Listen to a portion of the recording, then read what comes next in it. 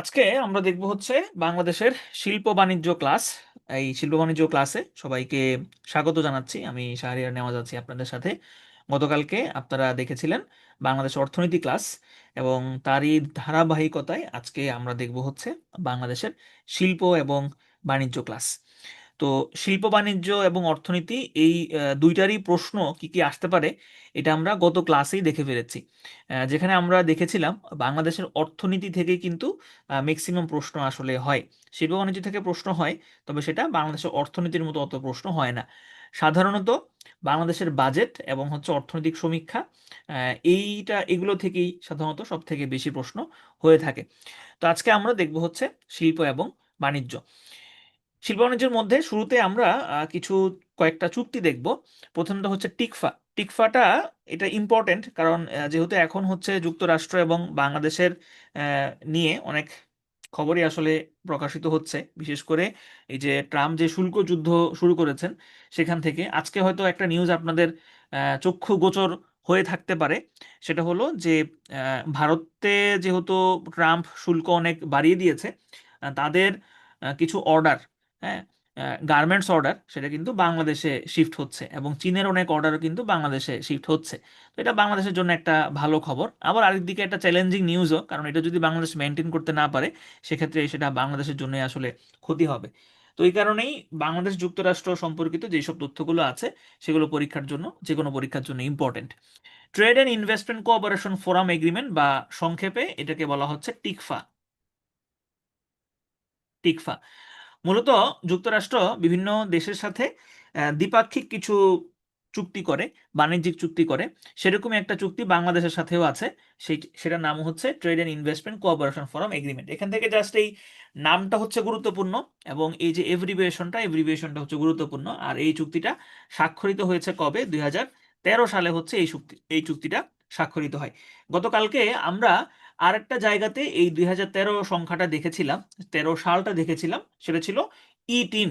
ই-10 বাংলাদেশে কার্যকর হয় হচ্ছে 2013 সাল থেকে, যেটার ডিজিট সংখ্যা ছিল 12।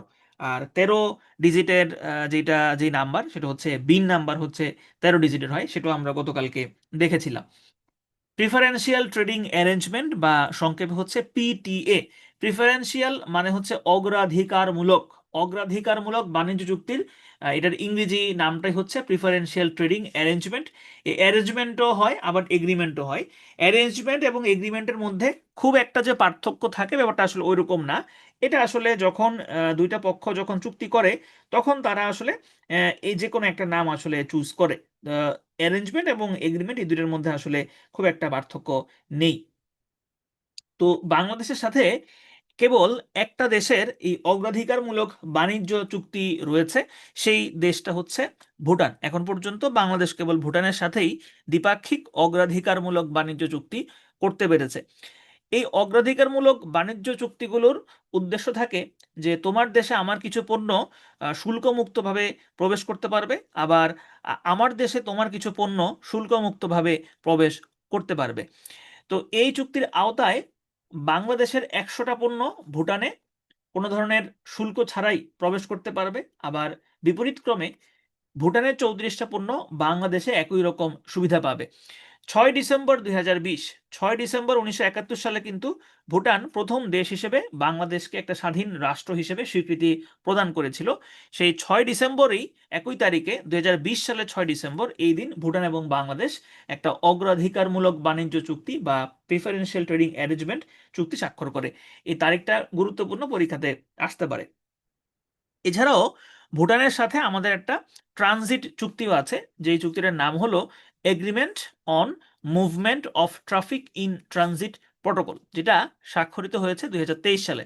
এই তারিখটা প্রয়োজন নাই, জাস্ট এই 2023 সংখ্যাটা মনে রাখবেন। তাহলে ভুটানের সাথে আমাদের প্রিফারেন্সিয়াল ট্রেডিং এগ্রিমেন্টও রয়েছে, আবার ভুটানের সাথে আমাদের ট্রানজিট এবং প্রোটোকল চুক্তিও রয়েছে। বাংলাদেশ যখন স্বাধীন হয়, তখন হেনরি কিসিঞ্জার নামের একজন ভদ্রলোক বলেছিলেন বাংলাদেশকে বটমলেস বটমলেস বাস্কেট, অর্থাৎ তলাবিহীন ঝুড়ির দেশ বলেছিল। তো সেই তলাবিহীন ঝুড়ির দেশকে, আমরা যেহেতু গরিব ছিলাম, সুতরাং স্বাভাবিকভাবে আমাদের বিভিন্ন রকম সাহায্য সহযোগিতার প্রয়োজন পড়তো, বিভিন্ন দাতা সংস্থা আমাদেরকে বিভিন্নভাবে সাহায্য সহযোগিতা করতো। তো বাংলাদেশের উন্নয়ন কাজে নিয়োজিত বা বাংলাদেশকে সাহায্য করে এইরকম দেশ এবং প্রতিষ্ঠানগুলো মিলে একটা জোট গঠিত হয়েছিল, যেটার নাম হচ্ছে বাংলাদেশ ডেভেলপমেন্ট ফান্ড বা সংক্ষেপে বিডিএফ। এই বিডিএফ এর নাম শুরুতে আসলে বিডিএফ ছিল না, শুরুতে এটার নাম ছিল প্যারিস এইড গ্রুপ। কারণ এই গ্রুপটা তৈরি করা হয়েছিল ফ্রান্সের উদ্যোগে, ফ্রান্স উদ্যোগ নিয়ে এই গ্রুপটা তৈরি করেছিল, এই কারণে শুরুতে এটার নাম ছিল প্যারিস এইড গ্রুপ, যেটার বর্তমান নাম হচ্ছে বিডিএফ বা বাংলাদেশ ডেভেলপমেন্ট ফোরাম। কত সালে প্রতিষ্ঠিত হয় এটা প্রয়োজন নাই, যা সেটা জানলেই চলবে যে বিডিএফ এটা ফ্রান্সের উদ্যোগে গঠিত হয়েছিল।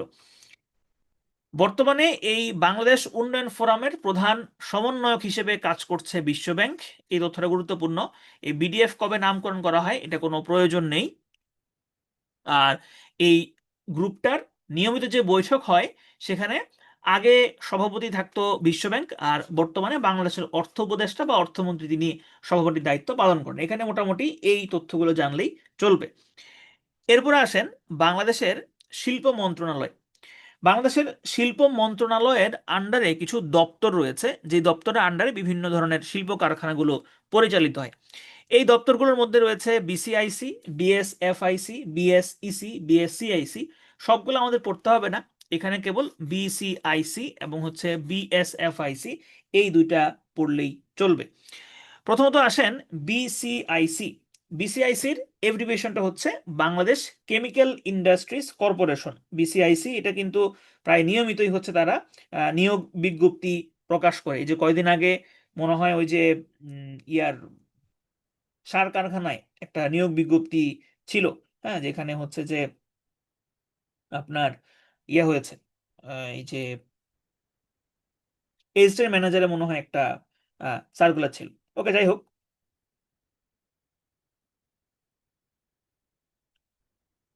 আচ্ছা, তাহলে এখন দেখেন যে এই বিসিআইসির আন্ডারে কয়টা শিল্প প্রতিষ্ঠান রয়েছে, এই তথ্যটা ইম্পর্টেন্ট।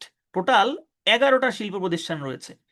এই তথ্যটা আপনাদের বইতে মনে হয় 11 দেওয়া নাই, এটা একটু সংশোধন করে নেবেন। সর্বশেষ যে তথ্য, সেই সর্বশেষ তথ্য অনুযায়ী বর্তমানে বিসিআইসির আন্ডারে টোটাল শিল্প কারখানা বা শিল্প প্রতিষ্ঠান রয়েছে 11টি। এর মধ্যে সার কারখানা রয়েছে 7টি এবং অন্যান্য কারখানা রয়েছে 4টি। টোটাল 4টি কারখানা রয়েছে, অন্যান্য না 4টি না মনে হয়। আচ্ছা, আমি এটা মনে হয় একটু ভুল আমি করেছি, এখানে টোটাল 12টা হবে। আচ্ছা, এখানে 11টা হবে না, সরি, এখানে টোটাল হবে 12টা। আমি এটা ঠিক করে দিব। বর্তমানে শিল্প বিসিআইসির আন্ডারে শিল্প প্রতিষ্ঠান সংখ্যা হচ্ছে 12টা, ঠিক আছে, 11টা না, 12টা, যেখানে সার কারখানা হচ্ছে 7টা এবং অন্যান্য হচ্ছে 5টা। অন্যান্য হচ্ছে 5টা, এটা আমি ঠিক করে দিব। কি কি কারখানা আছে ওইটা মুখস্থ করার প্রয়োজন নাই, জাস্ট এই সংখ্যাটা মাথায় রাখলে চলবে যে বিসিআইসির আন্ডারে বর্তমানে শিল্প কারখানা রয়েছে টোটাল 12টি। BSFIC Bangladesh sugar and food industries corporation, নামটা দেখেই বোঝা যাচ্ছে যে বাংলাদেশ সরকার যে চিনি এবং খাদ্য কারখানাগুলো পরিচালনা করে সেগুলো এই বিএসএফআইসির আন্ডারে হচ্ছে পরিচালিত হয়। এখানে কয়টা চিনি কল রয়েছে এটা প্রয়োজন নাই, পরীক্ষাতে আসে না। BSTI Bangladesh standards and testing institution, এটা হচ্ছে বাংলাদেশের পণ্যের মান নিয়ন্ত্রণকারী একটা প্রতিষ্ঠান। মান নিয়ন্ত্রণকারী মানে কি? মানে হচ্ছে একটা পণ্য আপনি তৈরি করলেন, এখন সেইটার মান আছে কিনা, কোয়ালিটি আছে কিনা, এটা অনুমোদন দেয় হচ্ছে বিএসটিআই। অনেকেই দেখা যায় যে বিএসটিআই এর ভুয়া পণ্য বা ভুয়া লোগো তারা বিভিন্ন পণ্যে ব্যবহার করে, যদিও বিএসটিআই এগুলোর বিরুদ্ধে ব্যবস্থা নেওয়ার তাদের এখতিয়ার আছে। তাহলে এখানে গুরুত্বপূর্ণ তথ্যটা হচ্ছে যে বিএসটিআই এইটার এব্রিভিয়েশনটা কি, Bangladesh standards and testing institution, এবং তার কাজটা কি, পণ্যের মান নিয়ন্ত্রণকারী একমাত্র প্রতিষ্ঠান। প্রতিষ্ঠা হয়েছে কবে এটা প্রয়োজন নাই। আর যদি প্রশ্ন করা হয় যে বিএসটিআই এটা কোন মন্ত্রণালয়ের অধীনে, তাহলে উত্তর কিন্তু হবে এটা শিল্প মন্ত্রণালয়ের অধীনে একটা প্রতিষ্ঠান। ডিপিডিটি, ডিপিডিটির এব্রিভিয়েশনটা হলো department of patents designs and trademark. DPDT আগে তেমন একটা গুরুত্বপূর্ণ ছিল না, তবে এই এখন ডিপিডিটি এটা গুরুত্বপূর্ণ, কারণ এই ডিপিডিটি থেকে আসলে জিআই পণ্যের স্বীকৃতি দেওয়া হয়। প্রতিষ্ঠিত হয়েছিল কবে, প্রয়োজন নাই। তাহলে এখানে গুরুত্বপূর্ণ তথ্য হচ্ছে যে জিআই পণ্য মানে হচ্ছে জিওগ্রাফিক্যাল ইন্ডিকেশন। এই জিওগ্রাফিক্যাল ইন্ডিকেশন প্রোডাক্টের স্বীকৃতি দেয় হচ্ছে ডিপিডিটি। বাংলাদেশ থেকে ডিপিডিটি এই কাজটা করে।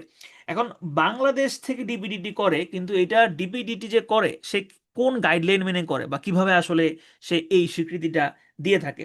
মূলত জাতিসংঘের প্রতিষ্ঠান ওয়ার্ল্ড ইন্টেলেকচুয়াল প্রপার্টি অর্গানাইজেশন, খেয়াল করেন, ওয়ার্ল্ড ইন্টেলেকচুয়াল প্রপার্টি অর্গানাইজেশন, সংক্ষেপ হচ্ছে ওয়াইপো, তারা এই জিআই পণ্যের কিছু গাইডলাইন ঠিক করে দিয়েছে।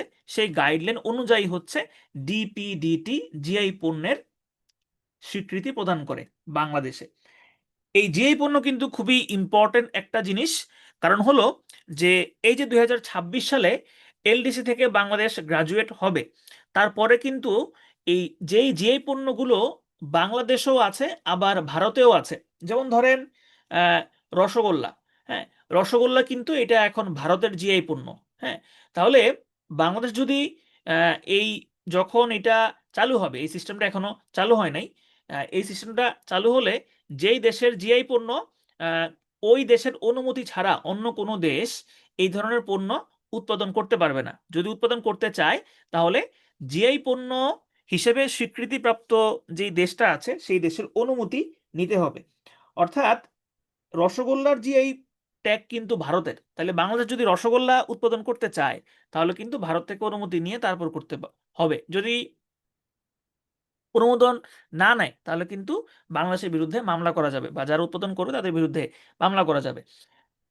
তো এই যে কুমিল্লার রসমালাই বলেন বা টাঙ্গাইলের চমচম বলেন, এগুলো সবই হচ্ছে জিআই পণ্য। জিআই পণ্যের বিশিষ্টটা বৈশিষ্ট্যটা হচ্ছে এরকম যে এই পণ্যটা আমার, বা এই পণ্যটা এই জায়গার। হ্যাঁ, এটা একটা ট্যাগ, এটা একটা ব্র্যান্ড। এবং এইটা করলে সুবিধা কি? সুবিধা হচ্ছে যে আপনার জায়গার নামটা ব্র্যান্ড হিসেবে বিশ্বে পরিচিতি পাবে, এবং মানুষজন যখন দেখবে যে হ্যাঁ এটা ওই এলাকার পণ্য, তখন সে ওইভাবেই পণ্যটাকে ট্রিট করবে। তো আমাদের দেশে জিআই পণ্যটা এখনো কিন্তু ওইভাবে অল্প সংখ্যক জিআই পণ্য আছে। পৃথিবীর প্রথম জিআই পণ্য চালু করা হচ্ছে জার্মানি, এবং তাদের জিআই পণ্যর সংখ্যা মনে হয় প্রায় 20,000 প্লাস অলরেডি। ভারতেরও আমাদের থেকে বেশি, মনে হয় 1,000 হয়ে গিয়েছে জিআই পণ্য। আমরা এখনো অনেক আসলে পিছিয়ে আছি। তো বাংলাদেশের বর্তমানে জিআই পণ্য কয়টি, এটা নিয়ে হচ্ছে বিভিন্ন জায়গাতে বিভিন্ন রকম তথ্য আসলে দেওয়া থাকে। বর্তমানে বাংলাদেশের জিআই পণ্য হচ্ছে 60টি। এইটা আসলে চেঞ্জ হয়, বর্তমানে হচ্ছে 60টি। দেখেন, এই জিআই পণ্যটা আপনারা নিজেরাই হচ্ছে চাইলে বের করতে পারেন। ঠিক আছে, কিভাবে আপনি জিআই পণ্য বের করতে পারেন সেটা আমি আপনাদেরকে একটু দেখাবো এখন, যে আপনি কিভাবে নিজেই জিআই পণ্য বের করতে পারেন। এই যে আমি এখানে আসলে বের করে রেখেছিলাম, তারপর আমি একটু দেখাই যে কিভাবে আপনারা জিআই পণ্য গুলো বের করতে পারেন। মানে আপনারা নিজেরাই বের করতে পারবেন, হ্যাঁ, কারো সাহায্য দরকার পড়বে না। আপনি গুগলে গিয়ে লিখবেন হচ্ছে ডিপিডিটি। ডিপিডিটি লিখে আপনি যে এই ওয়েবসাইটটাতে চলে আসবেন, এই যে পেটেন্ট, শিল্প, নকশা ও ট্রেডমার্ক অধিদপ্তর। এখান থেকে দেখেন একটা অপশন আপনি পাবেন, এই যে ভৌগোলিক নির্দেশক জিআই পণ্য। এখান থেকে আপনি যাবেন নিবন্ধিত বা সনদপ্রাপ্ত জিআই পণ্যে। এখানে আপনি ক্লিক করবেন। এখানে ক্লিক করলে এইখানে হচ্ছে এই যে দেখেন মঞ্জুরকৃত জিআই পণ্য লেখা, অথবা নিবন্ধিত ভৌগোলিক নির্দেশক পণ্য সমূহ এখানে লেখা আছে। তাহলে সর্বশেষ 60, টোটাল 60টা হচ্ছে বর্তমানে জিআই পণ্য, এবং সর্বশেষ জিআই পণ্য হচ্ছে ফরিদপুরের পাট এখন পর্যন্ত। এখন কথা হচ্ছে যে অনেকেই যে বলে এখন জিআই পণ্য 65, এখন জিআই পণ্য 62, সেটা আসলে কোত্থেকে পায়? দেখেন এখানে দুইটা জিনিস, একটা হচ্ছে নিবন্ধিত ভৌগোলিক নির্দেশক পণ্য। নিবন্ধিত হলেই হচ্ছে সেটা সার্টিফাইড হয়ে যায়। কিন্তু এছাড়াও আরেকটা এখানে লিস্ট আছে, সেই লিস্টটা হলো এই যে জিআই জার্নাল। জিআই জার্নাল, এই যে দেখেন, জিআই জার্নালে বর্তমানে পণ্য সংখ্যা হচ্ছে 62টা। জিআই জার্নালটা কি? ধরেন এই জিআই পণ্য করার জন্য আবেদন করতে হয়। আবেদন করলে ডিপিডিটি সেই আবেদনটা যাচাই বাছাই করে, যাচাই বাছাই করে ডিপিডিটি হচ্ছে এই জিআই জার্নালে এই নামটা তালিকাভুক্ত করে। তালিকাভুক্ত করার পরে 2 মাস সময় থাকে। এই 2 মাসের মধ্যে যদি অন্য কোনো কেউ এই জিআই পণ্যটার বিরুদ্ধে কোনো অবজেকশন জানাতে চায়, তাহলে এই 2 মাসের মধ্যে অবজেকশনটা জানাতে হয়। 2 মাসের মধ্যে যদি অবজেকশন না জানায়, তখন এই জিআই জার্নালের যে পণ্যটা আছে সেটা আনুষ্ঠানিকভাবে বা অফিসিয়ালি এই নিবন্ধিত বা সনদপ্রাপ্ত জিআই পণ্যের তালিকায় স্থান পায়। তাহলে বর্তমানে আমাদের নিবন্ধিত জিআই পণ্যের সংখ্যা হচ্ছে 60টা, সর্বশেষ হচ্ছে ফরিদপুরের পাট। তো এটা মুখস্থ আপাতত কইরেন না, কারণ এটা আসলে চেঞ্জ হয়। আপনাদের পরীক্ষার 1 মাস আগ পর্যন্ত আপনাদের এটা মোটামুটি আপডেট রাখতে হবে, কারণ বিসিএস পরীক্ষার প্রশ্ন মোটামুটি 1-1.5 মাস আগেই হয় সাধারণত। ওকে, তাহলে এতক্ষণ ধরে যেটা শিখলাম সেটা হচ্ছে বর্তমানে জিআই পণ্য হচ্ছে 60, এবং সর্বশেষ যে জিআই পণ্য সেটা হচ্ছে ফরিদপুরের পাট। ফরিদপুরের পাট হচ্ছে সর্বশেষ জিআই পণ্য। আর প্রথম যে জিআই পণ্য ছিল সেটা ছিল জামদানি শাড়ি। এইটা মাথায় রাখতে হবে যে প্রথম আমাদের 1 নাম্বার জিআই পণ্য হচ্ছে জামদানি শাড়ি, 2 নাম্বার জিআই পণ্য হচ্ছে বাংলাদেশের ইলিশ। জাস্ট এই দুইটা তথ্য মাথায় রাখলেই চলবে, বাকিগুলো নাইস টু নো। ওকে, এরপরে আসেন আমরা দেখব হচ্ছে শিল্প, ইন্ডাস্ট্রি। শিল্প মানে কি? শিল্প মানে হচ্ছে যে এখানে দ্রব্য বা সেবা উৎপাদন হয়, এই উৎপাদনে নিয়োজিত প্রতিষ্ঠান এবং ফার্মকে বলা হয় হচ্ছে শিল্প। তো বাংলাদেশের একটা শিল্প নীতি আছে। সর্বশেষ যে শিল্প নীতি সেটা প্রকাশিত হয় 2022 সালে। 2022 সালে সর্বশেষ শিল্পনীতি হচ্ছে প্রকাশিত হয়েছে, এবং এই 22 সালের শিল্পনীতি অনুযায়ী বাংলাদেশের যে শিল্প খাত আছে সেখানে টোটাল জিডিপির 5টা খাতে এই শিল্প খাতটাকে ভাগ করা হয়েছে। এটা আমরা গতকালকেও দেখেছিলাম, ওই যে শিল্প খাত হচ্ছে টোটাল 5টা ছিল, তারপর সেবা খাত ছিল টোটাল 13টা, সেটাই এখানে আসলে বলা হয়েছে। ওকে, এরপরে আমরা দেখব আমাদের শিল্প খাতের মধ্যে সব থেকে বড় যে শিল্প সেটা হচ্ছে আমাদের পোশাক শিল্প। বাংলাদেশের সর্ববৃহৎ এবং সবচেয়ে বেশি বৈদেশিক মুদ্রা অর্জনকারী শিল্প হচ্ছে তৈরি পোশাক শিল্প বা রেডিমেড গার্মেন্টস। ঠিক আছে, তৈরি পোশাক শিল্প বা রেডিমেড গার্মেন্টস। সর্বশেষ 2024 সাল গিয়েছে। এই 24 সালে বিশ্ব বাণিজ্য সংস্থার তথ্য মতে বাংলাদেশ দ্বিতীয় বৃহত্তম পোশাক রপ্তানিকারক দেশ। তাহলে যদি এটা খুবই গুরুত্বপূর্ণ একটা তথ্য যে পোশাক রপ্তানির দিক থেকে বাংলাদেশের অবস্থান বিশ্বে কততম। তাহলে পোশাক রপ্তানির দিক থেকে বিশ্বে বাংলাদেশের অবস্থান হচ্ছে দ্বিতীয়। তবে এখানে একটা ছোট টুইস্ট আছে। টুইস্টটা হচ্ছে যদি বলা হয় ইউরোপিয়ান ইউনিয়নে পোশাক রপ্তানিতে বাংলাদেশের অবস্থান কত, সেই ক্ষেত্রে কিন্তু হবে প্রথম। ইউরোপিয়ান ইউনিয়নের দেশগুলোতে যেই পরিমাণ পোশাক রপ্তানি হয় তার মধ্যে বাংলাদেশই সব থেকে বেশি পরিমাণ পোশাক রপ্তানি করে। আর সারা বিশ্বের হিসাবে যদি আমরা তুলনা করি সেই ক্ষেত্রে বাংলাদেশের অবস্থান হচ্ছে দ্বিতীয়, আর প্রথম স্থানে রয়েছে চীন। সর্বশেষ যে এই অর্থ বছর গেল, অর্থাৎ 2024-25 সালের যে অর্থ বছর গেল, এই অর্থ বছরে বাংলাদেশ টোটাল 39.35 বিলিয়ন মার্কিন ডলারের পণ্য, সরি, তৈরি পোশাক রপ্তানি করেছে। খুবই গুরুত্বপূর্ণ একটা তথ্য, এটা মাথায় রাখতে হবে। প্রবৃদ্ধিটা প্রয়োজন নাই, প্রবৃদ্ধি দরকার নাই, এটা গুরুত্বপূর্ণ যে বাংলাদেশের পোশাক খাতে রপ্তানি আয় হয়েছে কত সর্বশেষ অর্থ বছরে? 39.35 বিলিয়ন মার্কিন ডলার। 39.35 বিলিয়ন মার্কিন ডলার। এখানে আরেকটা হচ্ছে একটু গুরুত্বপূর্ণ একটা তথ্য আছে, যেটা হয়তো আপনাদের একটু গন্ডগোল লাগতে পারে। সেটা হচ্ছে দেখেন, সর্বশেষ যে অর্থ বছর গেল, এই সর্বশেষ অর্থ বছরে পোশাক খাতের, খেয়াল করেন, পোশাক খাতের সবচেয়ে বড় বাজার হচ্ছে ইউরোপিয়ান ইউনিয়ন। পোশাক খাতের সবচেয়ে বড় বাজার হচ্ছে ইউরোপিয়ান ইউনিয়ন। বাজার হিসেবে যদি আমরা বলি তাহলে পোশাক খাতের স্পেসিফিকভাবে পোশাক খাতের সবচেয়ে বড় বাজার হচ্ছে ইউরোপিয়ান ইউনিয়ন, আর দ্বিতীয় বড় বাজার হচ্ছে যুক্তরাষ্ট্র। কত পার্সেন্ট রপ্তানি করি, কত শতাংশ রপ্তানি করি, কত বিলিয়ন ডলার রপ্তানি করি এইসব দেশে, সেটা আমাদের জন্য গুরুত্বপূর্ণ না। পরীক্ষাতে আসলে এইটাই আসবে বা আসতে পারে যে পোশাক খাতের সব থেকে বড় বাজার কোনটা। তাহলে পোশাক খাতের সব থেকে বড় বাজার হলো ইউরোপিয়ান ইউনিয়ন, দ্বিতীয় বড় বাজার হচ্ছে যুক্তরাষ্ট্র। এটা হচ্ছে এই তথ্যগুলোর একটা লেয়ার। এই তথ্যগুলোর আরেকটা লেয়ার আছে, ভালো করে খেয়াল করেন। যদি বলা হয় ইন্ডিভিজুয়াল দেশ হিসেবে সবচেয়ে বড় বাজার কোনটা, খেয়াল করেন, যদি বলা হয় দেশ হিসেবে বড় বাজার কোনটা, সেই ক্ষেত্রে কিন্তু হবে যুক্তরাষ্ট্র। কেন? কারণ ইউরোপিয়ান ইউনিয়ন কোনো একক দেশ নয়, এটা 27টা দেশের একটা জোট। দেশ হিসেবে বললে উত্তর হবে যুক্তরাষ্ট্র প্রথম, বা বড় বাজার, সবচেয়ে বড় বাজার। আর যদি বলা হয় দ্বিতীয় বড় বাজার কোনটা, সেক্ষেত্রে হবে হচ্ছে জার্মানি দেশ হিসেবে। ঠিক আছে, তাহলে আমরা এতক্ষণ কি কি বললাম সেটাগুলো আমরা একটু রিক্যাপ করি। তাহলে আমরা এতক্ষণ যেটা দেখলাম সেটা হচ্ছে টিকফা চুক্তি হয়েছে যুক্তরাষ্ট্রের সাথে 2013 সালে। প্রিফারেন্সিয়াল ট্রেডিং অ্যারেঞ্জমেন্ট ভুটানের সাথে হয়েছে 2020 সালের 6 ডিসেম্বর। তারপর ট্রানজিট চুক্তিও হয়েছে ভুটানের সাথে 2023 সালে। বাংলাদেশ ডেভেলপমেন্ট ফোরাম, এটার উদ্যোক্তা হচ্ছে ফ্রান্স। এটার আগের নাম ছিল প্যারিস এইড গ্রুপ। এটার প্রধান সমন্বয়ক হচ্ছে বর্তমানে, আগেও ছিল বিশ্বব্যাংক, বর্তমানেও বিশ্বব্যাংক, তবে আগে সভাপতি থাকতো বিশ্বব্যাংক, তবে বর্তমানে সভাপতি থাকেন বাংলাদেশের অর্থ উপদেষ্টা বা অর্থমন্ত্রী। বিসিআইসির আন্ডারে টোটাল শিল্প প্রতিষ্ঠান রয়েছে 12টি, এর মধ্যে সার কারখানা রয়েছে 7টি এবং অন্যান্য শিল্প রয়েছে 5টি। Sugar and food industries corporation, BSTI, BSTI হচ্ছে পণ্যের মান নিয়ন্ত্রণকারী প্রতিষ্ঠান। ডিপিডিটি, এটা হচ্ছে জিআই পণ্যের স্বীকৃতি দেয়। বর্তমানে বাংলাদেশের জিআই পণ্যের সংখ্যা হচ্ছে 60টা। প্রথম জিআই পণ্য হচ্ছে জামদানি শাড়ি, দ্বিতীয় জিআই পণ্য ছিল বাংলাদেশের ইলিশ, আর সর্বশেষ জিআই পণ্য হচ্ছে ফরিদপুরের পাট। শিল্পনীতি প্রকাশিত হয়েছে 2022 সালে। বাংলাদেশের সব থেকে বেশি বৈদেশিক মুদ্রা অর্জনকারী শিল্প হচ্ছে তৈরি পোশাক শিল্প। আর বাংলাদেশ সারা বিশ্বে দ্বিতীয় বৃহত্তম পোশাক রপ্তানিকারক দেশ। বাংলাদেশের তৈরি পোশাকের সবচেয়ে বড় বাজার হচ্ছে ইউরোপিয়ান ইউনিয়ন, আর দ্বিতীয় সবচেয়ে বড় বাজার হলো যুক্তরাষ্ট্র। কিন্তু যদি বলা হয় ইন্ডিভিজুয়াল দেশ হিসেবে কোনটা, তাহলে উত্তর হবে কিন্তু যুক্তরাষ্ট্র।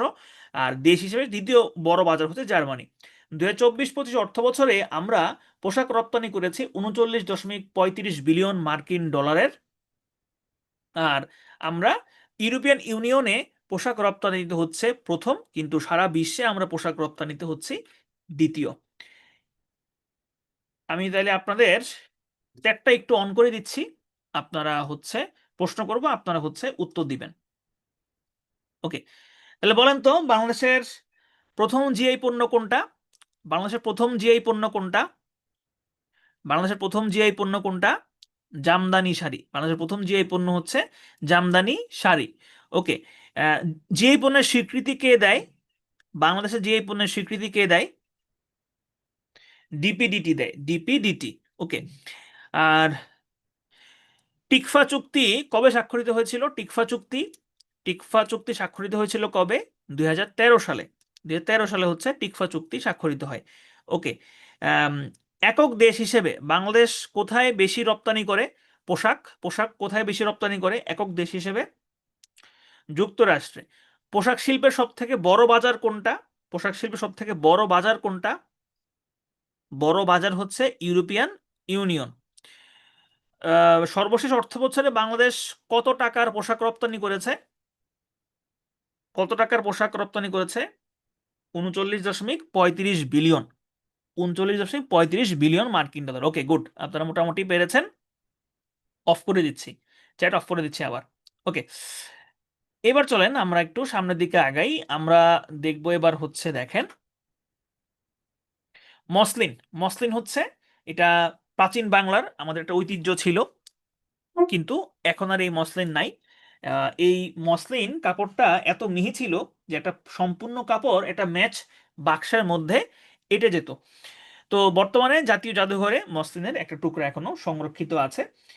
তারপরে হচ্ছে দেখেন, বাংলাদেশের তৈরি পোশাকের একক বৃহত্তম বাজার, এটা হচ্ছে দেশ হিসেবে। ঠিক আছে, এটা হচ্ছে দেশ হিসেবে। দেশ হিসেবে হচ্ছে মার্কিন যুক্তরাষ্ট্র। আর যদি বলা হয় দ্বিতীয় বৃহত্তম বাজার হচ্ছে ইউরোপিয়ান ইউনিয়ন না, মূলত এটা দেশ হিসেবে হচ্ছে জার্মানি। আগের যেটা তথ্য আছে সেটাই। ওকে, বাংলাদেশ কোটা মুক্ত বিশ্ব বাণিজ্যে প্রবেশ করে হচ্ছে 1 জানুয়ারি 1995। এখানে কোটা বলতে মূলত বোঝানো হচ্ছে এই 1 জানুয়ারি 1995, এইখানে এই তারিখে বাংলাদেশ হচ্ছে ডাব্লিউটিও সদস্য হয়। ডাব্লিউটিও এই 1 জানুয়ারি 1995 সালে হচ্ছে স্বাক্ষরিত হয়। তো এই কোটা মুক্ত মানে হচ্ছে কোন ধরনের একটা দেশ আরেকটা দেশকে বিশ্ব বাণিজ্যের ক্ষেত্রে কোনো বিশেষ সুবিধা দিতে পারবে না। বিশেষ সুবিধা যদি দিতে হয় তাহলে সব দেশকেই দিতে হবে। তো এটাই ছিল মূলত যে কোটা মুক্ত। কোটা মুক্ত মানে হচ্ছে যে কোনো ধরনের কোটা থাকবে না বিশ্ব বাণিজ্যের ক্ষেত্রে। তো বাংলাদেশ এখানে 1995 সালে হচ্ছে প্রবেশ করে। এটা আপনারা যখন ইন্টারন্যাশনাল পড়বেন তখন একটু ভালোভাবে জানতে পারবেন। অ্যাকর্ড, অ্যাকর্ডটা হলো ওই যে আপনারা গতকালকে দেখেছিলেন যে রানা প্লাজা ধস হয়েছিল। সেই রানা প্লাজা ধসের পরে যুক্তরাষ্ট্রের যেই পোশাক আম,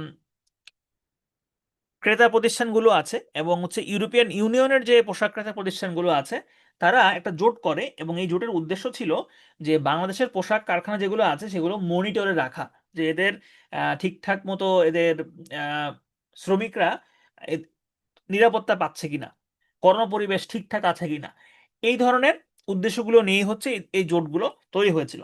তো ইউরোপিয়ান ইউনিয়নের যে ক্রেতারা ছিল তাদের যে জোট সেটার নাম ছিল accord, accord on fire and building safety in Bangladesh.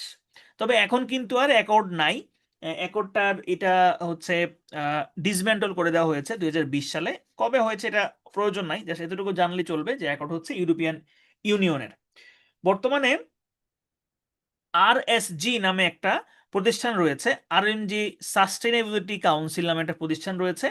এরাই মূলত হচ্ছে পোশাক খাতের বিভিন্ন সংস্কার বা বিভিন্ন ধরনের পরিবর্তন নিয়ে হচ্ছে কাজ করে। তাহলে এখান থেকে প্রশ্ন আসতে পারে যে পোশাক খাতের সংস্কার তদারকি করে কোন প্রতিষ্ঠান, তাহলে উত্তর হবে আরএমজি সাস্টেনেবল কাউন্সিল বা সংক্ষেপে হচ্ছে আরএসসি। এটা গেল হচ্ছে ইউরোপিয়ান ইউনিয়নের। যুক্তরাষ্ট্রের পোশাক ক্রেতা প্রতিষ্ঠানগুলোর যে জোট আছে সেটার নাম হচ্ছে অ্যালায়েন্স। অ্যালায়েন্স এটা হচ্ছে যুক্তরাষ্ট্র ভিত্তিক বিখ্যাত গার্মেন্টস ব্র্যান্ডগুলোর সংগঠন। একটা হচ্ছে অ্যালায়েন্স এবং আরেকটা হচ্ছে অ্যাকর্ড। পোশাক শিল্প পার্ক এটা হচ্ছে মুন্সিগঞ্জের গজারিয়া উপজেলাতে তৈরি করার প্ল্যান রয়েছে। এটা প্ল্যান রয়েছে, এখনো তৈরি হয় নাই। সুতরাং প্রশ্ন আসতে পারে যে পোশাক শিল্প পার্ক গড়ে উঠছে কোন জায়গায়, তার উত্তর হবে মুন্সিগঞ্জের গজারিয়া উপজেলাতে। ঔষধ শিল্প, বাংলাদেশ ঔষধ কিন্তু রপ্তানি করে। দেশের চাহিদা মিটিয়ে আমরা বাইরের দেশেও কিন্তু ঔষধ রপ্তানি করি। আমাদের দেশের ঔষধ চাহিদার 98%ই আমরা দেশে উৎপাদন করি এবং এরপরে আমরা বাইরের দেশে বিক্রিও করি। টোটাল 157টা দেশে, আমরা ঔষধ রপ্তানি করি। এই তথ্যটা গুরুত্বপূর্ণ, 157টা। এর মধ্যে সব থেকে বেশি ঔষধ আমরা বিক্রি করি হচ্ছে মায়ানমারে। দেখেন জিনিসটা আয়রনিক্যাল, মায়ানমারও কিন্তু আমাদের দেশে ড্রাগ বিক্রি করে, যদিও সেগুলো হচ্ছে লাল বড়ি। আমরা সাদা বড়ি, লাল বড়ি, তারপরে যত ধরনের বড়ি আছে, ওই ওই মানে গোলাপি রঙের বড়ি ব্যতীত যা আছে সবকিছুই মায়ানমারে আমরা বিক্রি করি। কিন্তু মায়ানমার আমাদেরকে যেটা দেয় সেটা হচ্ছে গোলাপি রঙের বড়ি, যেটা হচ্ছে ড্রাগ, হ্যাঁ, ইয়াবা।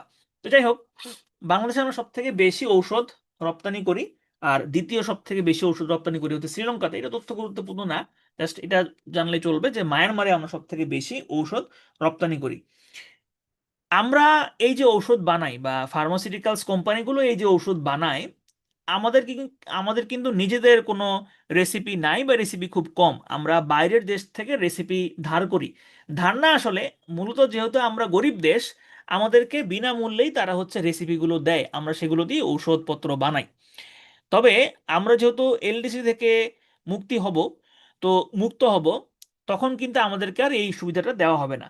মানে একটা দেশ যখন এলডিসি থেকে বের হয় তখন সে কিছু সুবিধা হারায়। তার মধ্যে একটা সুবিধা হচ্ছে যে মেডিসিন খাতে কোনো ধরনের পেটেন্ট সুবিধা দেওয়া হবে না। তো ইনিশিয়ালি এখনকার যে বাংলাদেশের অবস্থা, এই অবস্থাটা যদি এরকমই থাকতো তাহলে 2033 সাল পর্যন্ত বাংলাদেশের এই পেটেন্ট সুবিধা পাওয়ার কথা ছিল। কিন্তু 2026 সালে যেহেতু বাংলাদেশ এলডিসি মুক্ত হচ্ছে, তো এই এলডিসি মুক্ত হওয়ার পরে কিন্তু বাংলাদেশ আর 2033 সাল পর্যন্ত পেটেন্ট সুবিধা পাবে না। যে নিয়ম, সেটা হচ্ছে কোনো একটা দেশ যেই সালে এলডিসি থেকে পাশ হয় বা মুক্ত হয় তার 3 বছর পর্যন্ত মেধা সত্ত্ব বা পেটেন্ট ছাড় সুবিধাটা পায়। তাহলে এখন পর্যন্ত যেটা ঠিক করা সেটা হচ্ছে বাংলাদেশ 2029 সাল পর্যন্ত মেধা সত্ত্ব ছাড় পাবে। এখন পর্যন্ত এইটাই হচ্ছে সব থেকে অথেন্টিক। তাহলে 2033 সাল পর্যন্ত আগে ছিল, এখন 2033 সাল না, বাংলাদেশ বর্তমানে 2029 সাল পর্যন্ত মেধাস্বত্ব ছাড় পাবে। যদিও সরকার এটা চেঞ্জ করার জন্য বা আরেকটু এক্সটেন্ড করার জন্য কাজ করছে, যতদিন না পর্যন্ত এটা ফাইনাল হচ্ছে ততদিন পর্যন্ত আমাদের জন্য এই 2029 সালটাই মাথায় রাখতে হবে। এসেনশিয়াল ড্রাগস কোম্পানি লিমিটেড, এটা হচ্ছে সরকারি মালিকানাধীন রাষ্ট্রীয় মালিকানাধীন ফার্মাসিউটিক্যাল কোম্পানি। জাস্ট এতটুকু জানলেই চলবে যে রাষ্ট্রীয় মালিকানাধীন ফার্মাসিউটিক্যাল কোম্পানির নাম হচ্ছে এসেনশিয়াল ড্রাগস কোম্পানি লিমিটেড। ঔষধ শিল্প পার্ক, এটাও মুন্সিগঞ্জের গজারিয়াতে গড়ে উঠছে বা গড়ে তোলার প্ল্যান রয়েছে। এরপরে আসেন সার শিল্প, ফার্টিলাইজার ইন্ডাস্ট্রি।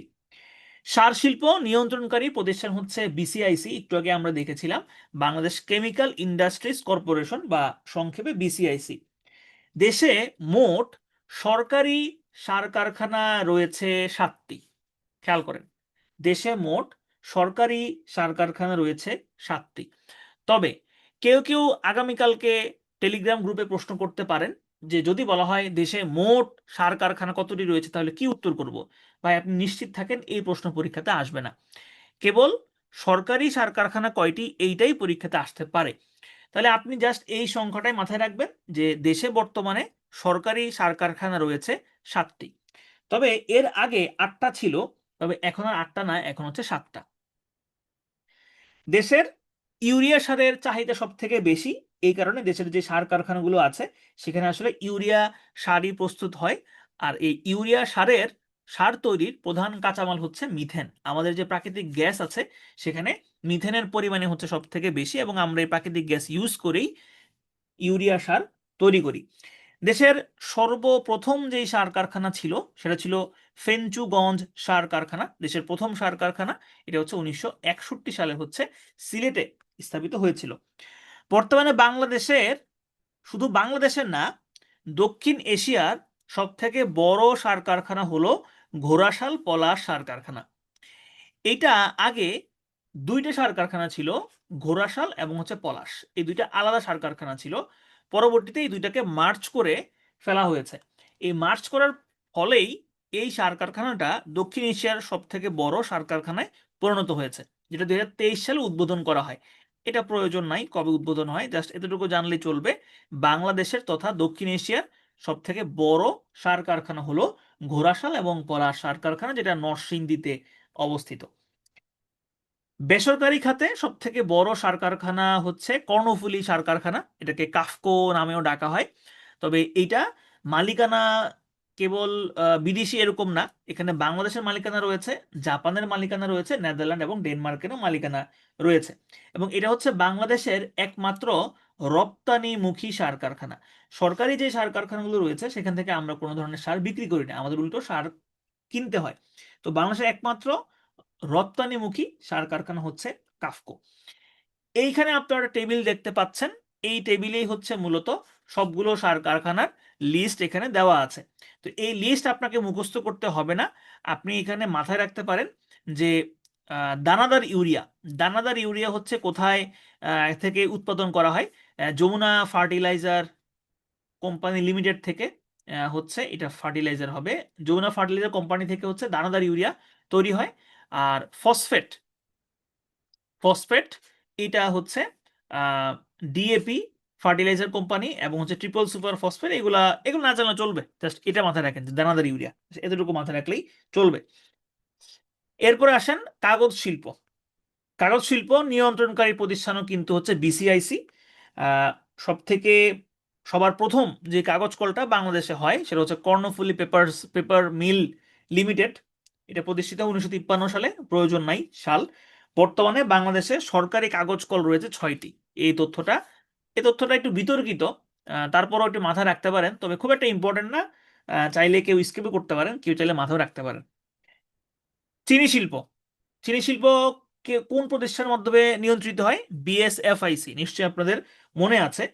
বাংলাদেশের প্রথম চিনি কল হচ্ছে নর্থ বেঙ্গল সুগার মিল, স্থাপিত হয় কবে? প্রয়োজন নাই, তবে যেটা প্রয়োজন হতে পারে বা গুরুত্বপূর্ণ বা পরীক্ষাতে আসতে পারে সেটা হচ্ছে বাংলাদেশের সব থেকে বৃহৎ চিনি কল কোনটা? সব থেকে বৃহৎ চিনি কল হচ্ছে কেরু অ্যান্ড কোং, তবে এরা আসলে চিনি বিক্রি করার থেকেও অ্যালকোহল বিক্রি করে সব থেকে বেশি পরিমাণে লাভ করে। তাহলে চুয়াডাঙ্গার দর্শনাতে হচ্ছে এই কেরুয়ানকোং অবস্থিত। ওকে, এরপরে আসেন যে চিনি কল সংখ্যা কত, প্রয়োজন নাই, এটা স্কিপ করবেন। এটাও আপাতত প্রয়োজন নাই, যখন দরকার হবে তখন বলবো। আমরা চলে যাব হচ্ছে পাট শিল্পতে। পাট শিল্পর এখানে গুরুত্বপূর্ণ হচ্ছে জাস্ট একটা তথ্য, সেটা হচ্ছে এইটা যে বাংলাদেশের সোনালী আঁশ পাট, এই পাট থেকে ডক্টর মোবারক আহমেদ খান তিনি পলিথিনের বিকল্প হিসেবে তিনি একটা ব্যাগ আবিষ্কার করেছেন, উদ্ভাবন করেছেন, যেটার নাম হচ্ছে সোনালী ব্যাগ। এখানে প্রশ্ন আসতে পারে যে সোনালী ব্যাগ এইটার উদ্ভাবকের নাম কি? তাহলে উদ্ভাবকের নাম হচ্ছে ডক্টর মোবারক আহমেদ খান। তাকে বাংলাদেশ সরকার স্বাধীনতা পুরস্কারে ভূষিত করেছে। এই পাঠ থেকে জাস্ট এতটুকু জানলেই চলবে। বাংলাদেশ মেশিন টুলস কারখানা, এটা গাজীপুরে অবস্থিত। বাংলাদেশের একমাত্র অস্ত্র নির্মাণ কারখানা, অস্ত্র আসলে নির্মাণ না, এখানে মূলত অস্ত্র হচ্ছে মেরামত করা হয়, এটাও গাজীপুরে অবস্থিত। এরপরে আসেন আমরা দেখব হচ্ছে বাণিজ্য। বাণিজ্য, বাংলাদেশের একটা বাণিজ্য মন্ত্রণালয় রয়েছে, মিনিস্ট্রি অফ কমার্স। বাংলাদেশের প্রথম বাণিজ্য মন্ত্রী ছিলেন এম মনসুর আলী। আর বাংলাদেশের এই রপ্তানি খাত, রপ্তানি খাত নিয়ে গবেষণা, রপ্তানি খাত কিভাবে উন্নয়ন করা যায়, এগুলো নিয়ে কাজ করে যে এই প্রতিষ্ঠান, সেটার নাম হচ্ছে এক্সপোর্ট প্রমোশন ব্যুরো, বা সংক্ষেপে হচ্ছে ইপিবি। তো এই ইপিবির তথ্য অনুসারেই বাংলাদেশ দেশ হিসেবে, বাংলাদেশ দেশ হিসেবে সব থেকে বেশি রপ্তানি করে হচ্ছে যুক্তরাষ্ট্রে, আর দেশ হিসেবে দ্বিতীয় সর্বোচ্চ রপ্তানি করে হচ্ছে জার্মানিতে। আর দেশ হিসেবে সব থেকে বেশি আমরা কিনে থাকি বা আমদানি করে থাকি হচ্ছে চীন থেকে, আর দ্বিতীয় সর্বোচ্চ আমদানি করি আমরা হচ্ছে ভারত থেকে। যেহেতু চীন থেকে আমরা সব থেকে বেশি পণ্য আমদানি করি, এই কারণে চীনের সাথে আমাদের বাণিজ্য ঘাটতিও সব থেকে বেশি। বাণিজ্য ঘাটতি মানে কি? বাণিজ্য ঘাটতি মানে হচ্ছে যদি আপনার ইম্পোর্ট থেকে আপনার এক্সপোর্ট কম হয়, যদি ইম্পোর্ট থেকে এক্সপোর্ট কম হয়, সেটাই হলো বাণিজ্য ঘাটতি। তো আমরা চীন থেকে ইম্পোর্ট করি অনেক বেশি, এক্সপোর্ট করি খুবই কম, এই কারণেই চীনের সাথে আমাদের বাণিজ্য ঘাটতি সব থেকে বেশি। এগুলো প্রয়োজন নাই, যে এগুলো প্রয়োজন নাই, এগুলো কোনো কিছু প্রয়োজন নাই, জাস্ট এটুকু জানলে চলবে যে আমাদের সব থেকে বেশি বাণিজ্য ঘাটতি হচ্ছে চীনের সাথে। এরপরে আমরা দেখব হচ্ছে শিল্পাঞ্চল। শিল্পাঞ্চল নিয়ন্ত্রণকারী একটা প্রতিষ্ঠান সম্পর্কে প্রথমে আমরা জানব। এই প্রতিষ্ঠানটার নাম হচ্ছে বাংলাদেশ ইকোনমিক জোন অথরিটি, বা সংক্ষেপে হচ্ছে বেজা। এই বেজা প্রতিষ্ঠিত হয়েছিল 2010 সালে। 2010 সালে হচ্ছে এটা প্রতিষ্ঠিত হয়। একটা হচ্ছে ইকোনমিক জোন, আর একটা হচ্ছে export processing zone. Export processing zone বা ইপিজেড, ওইখানে কেবল রপ্তানিমুখী যেই সমস্ত শিল্প কারখানা আছে সেগুলোই সেখানে থাকে। আর ইকোনমিক জোনে এখানে দেশীয় শিল্প কারখানাও থাকতে পারে, অর্থাৎ এক্সপোর্টও থাকতে পারে, আবার দেশে উৎপাদিত হয় দেশেই বিক্রি হয় ওগুলো থাকতে পারে ইকোনমিক জোনে। ইপিজেডে কেবলমাত্র রপ্তানিমুখী শিল্পগুলোই থাকে। তো এই ইকোনমিক জোন, এটার নিয়ন্ত্রক হচ্ছে প্রধানমন্ত্রীর কার্যালয়। এখন কিন্তু প্রধানমন্ত্রী বলা যাবে না, এখন বলতে হবে প্রধান উপদেষ্টার কার্যালয়। আর এই বেজার সভাপতি হচ্ছেন প্রধান উপদেষ্টা।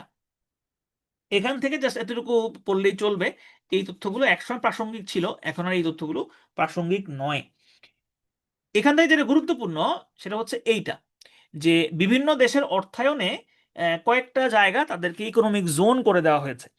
যেমন জাপানের বিনিয়োগে এসিজেড হচ্ছে নারায়ণগঞ্জের 2500-এ, ভারতের বিনিয়োগে স্পেশাল ইকোনমিক জোন, এই এসইজেড মানে হচ্ছে special economic zone, SEZ, SEZ special economic zone. ভারতের বিনিয়োগে এসইজেড করার প্ল্যান রয়েছে বাগেরহাটের মোংলাতে। চীনের বিনিয়োগে এসইজেড করার প্ল্যান রয়েছে চট্টগ্রামের আনোয়ারাতে। এই স্লাইডটা খুবই ইম্পর্টেন্ট। বাংলাদেশের সব থেকে বড় অর্থনৈতিক অঞ্চলের নাম কি? এটা পরীক্ষা আপনাদের আসতে পারে, খুবই গুরুত্বপূর্ণ তথ্য। তো বাংলাদেশের সব থেকে বড় অর্থনৈতিক অঞ্চলের নাম হচ্ছে ন্যাশনাল স্পেশাল ইকোনমিক জোন, বা সংক্ষেপে হচ্ছে NSEZ। NSEZ, এটা হচ্ছে বাংলাদেশের সব থেকে বড় ইকোনমিক জোন। ঠিক আছে, তো এই ন্যাশনাল স্পেশাল ইকোনমিক জোন এটা কোন জায়গাতে অবস্থিত? এটা হচ্ছে চট্টগ্রাম এবং হচ্ছে ফেনী, এই দুইটা জেলা মিলে অবস্থিত। চট্টগ্রাম এবং ফেনী এই দুইটা জেলা মিলে হচ্ছে অবস্থিত। আয়তন হচ্ছে প্রায় 30,000 একর। আয়তন হচ্ছে প্রায় 30,000 একর। ঠিক আছে, তবে এটার নাম কিন্তু ছিল বঙ্গবন্ধু শেখ মুজিব শিল্পনগর, কিন্তু এখন কিন্তু আর এই নামটা নাই, এখন হচ্ছে জাতীয় বিশেষ অর্থনৈতিক অঞ্চল। ঠিক আছে, বাংলা নামটাও মাথায় রাখতে পারেন, ইংরেজি নামটা মাথায় রাখতে পারেন, NSEZ। এবং এখানে আরেকটা হচ্ছে যে এই যে জাতীয় বিশেষ অর্থনৈতিক অঞ্চল, এখানে এই অঞ্চলটা টোটাল তিনটা ইকোনমিক জোন নিয়ে গঠিত। তিনটা ইকোনমিক জোন নিয়ে গঠিত। ওকে, এই চ্যাপ্টার আমাদের ক্লোজ। এরপরে আমরা চলে যাব এক্সপোর্ট প্রসেসিং জোন বা ইপিজেড এ। রপ্তানিমুখী যেসব শিল্প আছে এই শিল্পগুলোই মূলত এই ইপিজেড এ অবস্থিত। বাংলাদেশে এখন পর্যন্ত টোটাল ইপিজেড এর সংখ্যা হচ্ছে 10টা, তবে এদের মধ্যে সরকারি ইপিজেড এর সংখ্যা হচ্ছে 8টা, বেসরকারি হচ্ছে 2টা। তবে বেসরকারি কেবল একটাই চালু আছে, আর একটা চালু নাই। দেশের প্রথম সরকারি ইপিজেড প্রতিষ্ঠিত হয় হচ্ছে চট্টগ্রামের পতেঙ্গায়, চট্টগ্রাম ইপিজেড 1983 সালে, সাল পড়তে হবে না। আর এই ইপিজেড গুলো নিয়ন্ত্রণ করে যেই প্রতিষ্ঠান বা নিয়ন্ত্রিত হয় যেই প্রতিষ্ঠানের মাধ্যমে, সেই প্রতিষ্ঠানের নাম হচ্ছে Bangladesh export processing zone authority, সংক্ষেপে হচ্ছে বেবজা। তাহলে একটা হচ্ছে বেজা আর আরেকটা হচ্ছে বেবজা। তো বর্তমানে বাংলাদেশের ইপিজেড এর সংখ্যা হচ্ছে 8টা। আরেকটা ইপিজেড করারও প্রকল্প সরকার নিয়েছিল 2023 সালে, এবং এইটা করার পরিকল্পনা হয়েছে পটুয়াখালীতে। তাহলে যদি প্রশ্ন আসে এরকম যে নবম ইপিজেড কোথায় প্রতিষ্ঠিত হবে, তাহলে উত্তর হবে কোনটা? পটুয়াখালীতে স্থাপিত হবে। যদি পটুয়াখালীতে স্থাপিত হয় এটা, তাহলে এটা হবে দেশের সব থেকে বড় ইপিজেড। তাহলে এখন এটা স্থাপিত হয় নাই। হ্যাঁ, যদি সামনে ইপিজেড হয় তাহলে এইটাই হবে। এছাড়াও আরো কয়েকটি ইপিজেডের প্রস্তাব করা হয়েছে, গাইবান্ধা এবং যশোরেও হচ্ছে সেই দুইটা জায়গা। তাহলে এখান থেকে আমাদের কি মনে রাখতে হবে? মনে রাখতে হবে যে পরের যেই ইপিজেডটা সেটা হতে পারে পটুয়াখালীতে। বাংলাদেশের এই 8টা সরকারি ইপিজেডের মধ্যে একটা ইপিজেড আছে কৃষিভিত্তিক, সম্পূর্ণ কৃষিভিত্তিক, মানে সম্পূর্ণ না, মোরলেস মোটামুটি কৃষিভিত্তিক। এই ইপিজেডটা হচ্ছে নীলফামারীতে অবস্থিত, এটাকে উত্তরা ইপিজেড বলা হয়। তাহলে ওইখান থেকে প্রশ্ন আসতে পারে বাংলাদেশের একমাত্র কৃষিভিত্তিক ইপিজেড কোনটা? উত্তরা ইপিজেড। কোথায় অবস্থিত? নীলফামারীতে অবস্থিত। এগুলা গেল হচ্ছে সরকারি ইপিজেডের গুরুত্বপূর্ণ তথ্য। বাংলাদেশের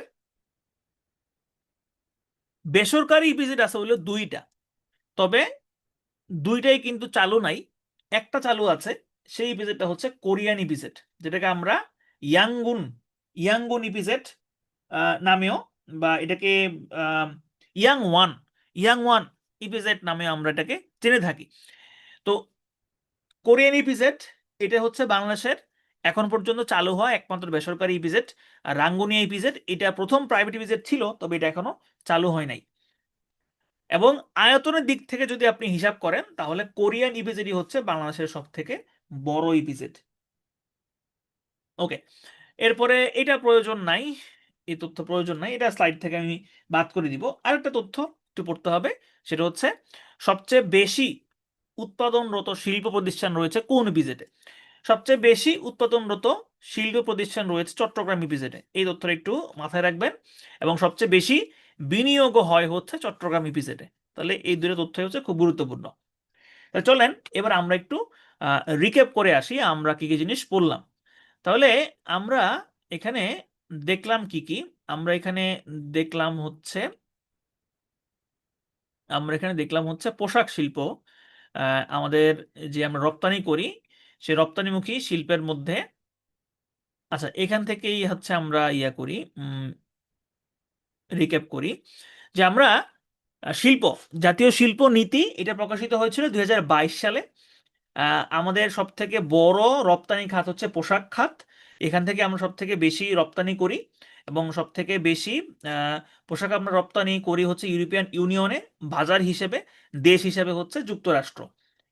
এরপরে আমরা দেখলাম হচ্ছে যে আমরা কোটা মুক্ত আহ, বিশ্ব বাণিজ্যে প্রবেশ করি 1 জানুয়ারি 1995 সালে। অ্যাকর্ড হচ্ছে ইউরোপিয়ান ইউনিয়নের পোশাক ক্রেতাগুলোর একটা সংগঠন ছিল, আর অ্যালায়েন্স হচ্ছে যুক্তরাষ্ট্র ভিত্তিক পোশাক ক্রেতাগুলোর একটা সংগঠন। পোশাক শিল্প পার্ক হচ্ছে মুন্সিগঞ্জের গজারিয়া উপজেলাতে তৈরি হচ্ছে। ঔষধ শিল্প, বাংলাদেশে 157টা দেশে হচ্ছে ঔষধ রপ্তানি করে। সবচেয়ে বেশি ঔষধ আমরা রপ্তানি করি হচ্ছে মায়ানমারে। বাংলাদেশ মেধাস্বত্ব ছাড় পাবে 2029 সাল পর্যন্ত। এসেনশিয়াল ড্রাগস কোম্পানি লিমিটেড, এটা হচ্ছে সরকারি ঔষধ প্রস্তুতকারী প্রতিষ্ঠান। ঔষধ শিল্প পার্ক প্রতিষ্ঠিত হচ্ছে মুন্সিগঞ্জের গজারিয়াতে। সার শিল্প, বর্তমানে সরকারি সার কারখানা রয়েছে 7টি। সারের কাঁচামাল হচ্ছে মিথেন। প্রথম সার কারখানা ফেঞ্চুগঞ্জ সার কারখানা, সব থেকে বড় তথা দক্ষিণ এশিয়ার সব থেকে বড় সার কারখানা হচ্ছে ঘোড়াশাল এবং পলাশ সার কারখানা। বেসরকারি খাতে সব থেকে বড় হচ্ছে কাফকো, এবং এটা হচ্ছে একমাত্র রপ্তানিমুখী সার কারখানা। কাগজ শিল্প নিয়ন্ত্রণকারী প্রতিষ্ঠান বিসিআইসি, কর্ণফুলী কাগজ কল প্রথম কাগজ কল। বর্তমানে সরকারি কাগজ কল 6টি। চিনি শিল্প, সব থেকে বড় চিনি কল হচ্ছে কেরু অ্যান্ড কোং।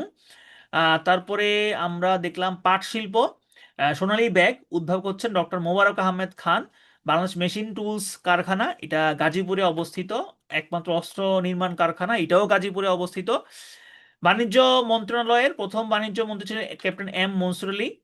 রপ্তানি এক্সপোর্ট প্রমোশন ব্যুরো, রপ্তানি উন্নয়ন ব্যুরো, এরা হচ্ছে রপ্তানি কিভাবে বাড়ানো যায়, কিভাবে নতুন নতুন রপ্তানি গন্তব্য তৈরি করা যায়, এগুলো নিয়ে হচ্ছে কাজ করে। দেশভিত্তিক সবচেয়ে বেশি রপ্তানি করি যুক্তরাষ্ট্রে, দেশভিত্তিক দ্বিতীয় সর্বোচ্চ রপ্তানি করি জার্মানিতে, সব থেকে বেশি আমদানি করে চীন থেকে, দ্বিতীয় হচ্ছে ভারত, এবং চীনের সাথে বাংলাদেশের বাণিজ্য ঘাটতি সব থেকে বেশি। শিল্পাঞ্চল বেজা প্রতিষ্ঠিত হয় 2010 সালে, এটা নিয়ন্ত্রিত হয় প্রধান উপদেষ্টার কার্যালয় থেকে। জাপানের বিনিয়োগে এসিজেড হবে নারায়ণগঞ্জের 2500-এ, ভারতের বিনিয়োগে এসিজেড হবে বাগেরহাটের মোংলায়, এবং চীনের বিনিয়োগে এসইজেড হবে চট্টগ্রামের আনোয়ারাতে। সোনাদিয়া ইকো ট্যুরিজম পার্ক, এখানে হচ্ছে একটা মহেশখালীতে অর্থনৈতিক অঞ্চল তৈরি করার প্ল্যান ছিল, তবে সেই প্ল্যানটা বাতিল করে দিয়ে এখানে একটা ইকো পার্ক গড়ে তোলার প্ল্যান করা হয়েছে। এনএসইজেড ন্যাশনাল স্পেশাল ইকোনমিক জোন, বাংলাদেশের সব থেকে বড় অর্থনৈতিক অঞ্চল। এখানে এই অর্থনৈতিক অঞ্চলের মধ্যে আবার 3টা ইকোনমিক জোন থাকবে। এটা 2টা জেলা নিয়ে গঠিত, চট্টগ্রাম এবং হচ্ছে ফেনী। ইপিজেড এর সংখ্যা টোটাল হচ্ছে 10টা, তবে সরকারি 8টা, বেসরকারি হচ্ছে 2টা। প্রথম হচ্ছে চট্টগ্রাম ইপিজেড, এবং এই ইপিজেডই হচ্ছে সব থেকে বেশি বিনিয়োগ আসে। নবম ইপিজেড হওয়ার কথা রয়েছে পটুয়াখালীতে, যদি হয় তাহলে এটাই হবে দেশের সব থেকে বৃহত্তম ইপিজেড। তো বর্তমানে বৃহত্তম ইপিজেড হচ্ছে কোরিয়ান ইপিজেড। ওকে, এবার আপনাদেরকে একটু কথা বলার সুযোগ দেই। আমি প্রশ্ন করব, আপনারা হচ্ছে উত্তর করবেন। আপনারা প্রথমে বলবেন যে বেজা প্রতিষ্ঠিত হয়েছে কবে। BEZA, Bangladesh export economic zone authority. Economic zone authority তৈরি হয়েছে কবে? 2010 সালে। ওকে, বাংলাদেশে বর্তমানে ইপিজেড এর সংখ্যা কত? বাংলাদেশে বর্তমানে ইপিজেড এর সংখ্যা কত? ইপিজেড এর সংখ্যা কত? ইপিজেড এর সংখ্যা কত, এই প্রশ্নটা আসলে হয় নাই আমার।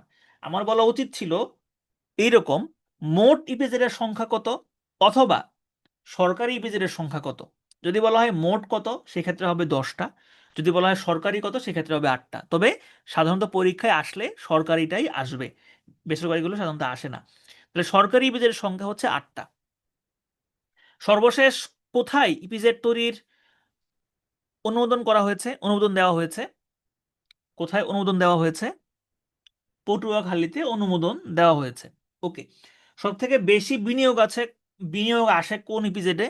সব থেকে বেশি বিনিয়োগ আসে কোন ইপিজেডে?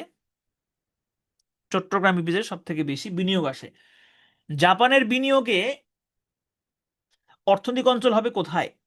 জাপানের বিনিয়োগে অর্থনৈতিক অঞ্চল হবে কোথায়, কোন জেলাতে?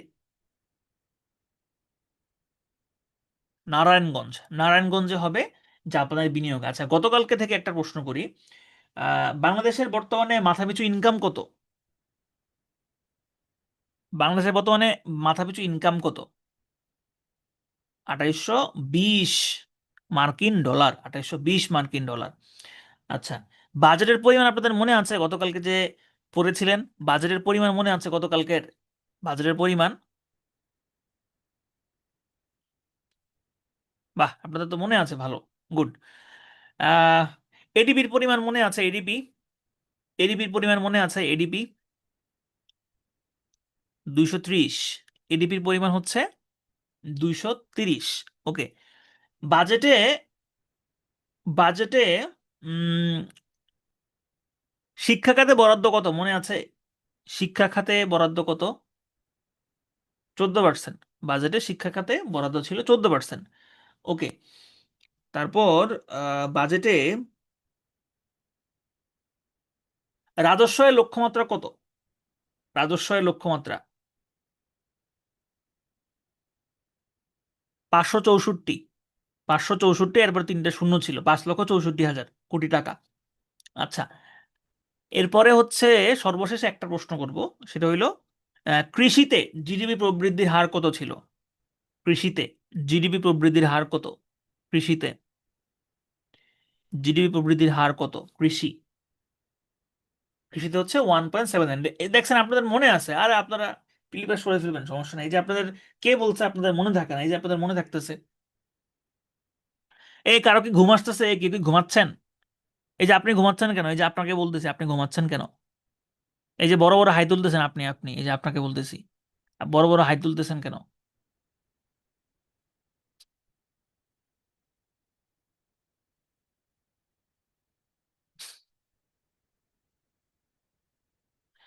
না, লাবু স্যার এটা আমার থেকে শিখছে, এটা লাবু স্যার আমার থেকে শিখেছে। এনএস ইজেড সম্পর্কে বলেন, এনএস ইজেড সম্পর্কে কি বলতাম? আপনি প্রশ্ন করে রাখেন, এই ক্লাসের শেষে বলবো।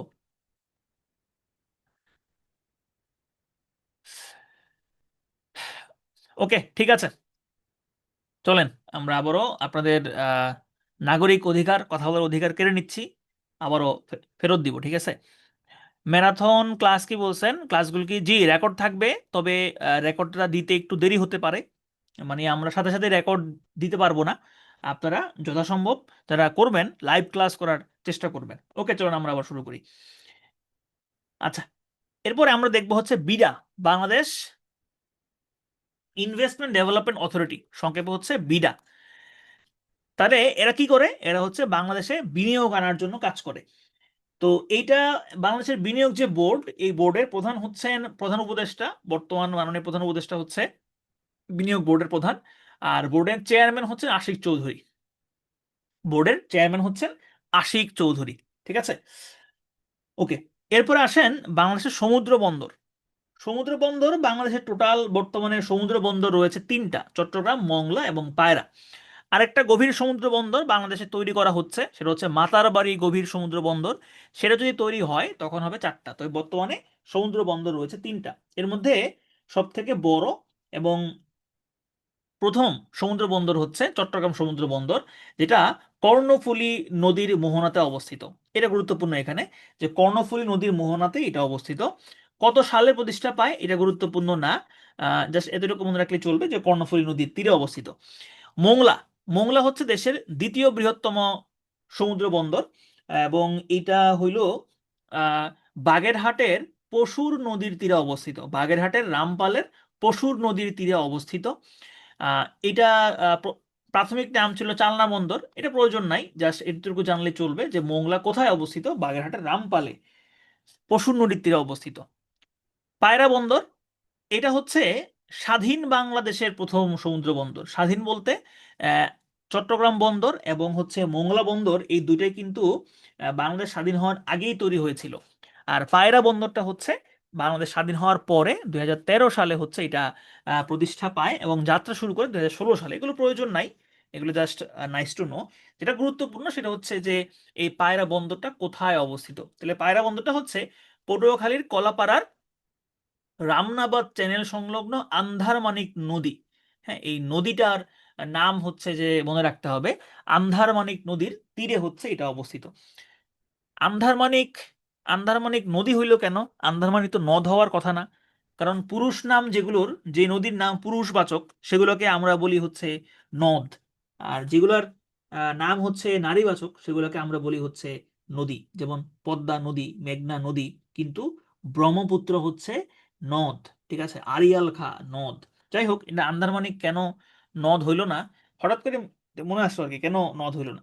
যাই হোক, জানি না কোনটা কিছু হইতে পারে। ওকে, এরপর আসেন বাংলাদেশের খনিজ সম্পদ সমূহ। বাংলাদেশের প্রধান খনিজ সম্পদ হচ্ছে প্রাকৃতিক গ্যাস। বাংলাদেশের মাটির নিচে যেরকম গ্যাস থাকে, বাংলাদেশের মানুষের পেটেও এরকম আসলে গ্যাস থাকে। বাংলাদেশের মানুষের পেটে প্রচুর গ্যাস, এবং এই গ্যাসের কারণেই বাংলাদেশে সব থেকে সবচেয়ে বেশি বিক্রিত ঔষধ হচ্ছে গ্যাস্ট্রিকের ঔষধ, সার্জিল, পেন্টোনিক্স, তারপর আর কি কি হাবিজাবি আছে। প্রতি বছর প্রায় মনে হয় 10,000 না কত কোটি টাকার ঔষধ, এই জাস্ট গ্যাসের ওষুধ বিক্রি হয়। সংখ্যাটা ভুল বলছে কিনা মনে নাই, তবে অবশ্যই হাজার কোটি সংখ্যাটা। এখন 10,000 নাকি 1,000 সেটা মনে করতে পারছি না। যাই হোক, বিশাল একটা সংখ্যা কিন্তু।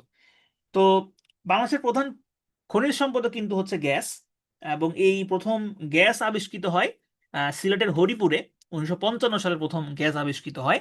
উত্তোলন শুরু হয় 1957 সালে। দুইটা সালে গুরুত্বপূর্ণ, 1955, 2 বছর পরে হচ্ছে গ্যাস উত্তোলন শুরু হয়। বর্তমানে বাংলাদেশে গ্যাস ক্ষেত্র সংখ্যা কত, এটা খুবই গুরুত্বপূর্ণ একটা তথ্য।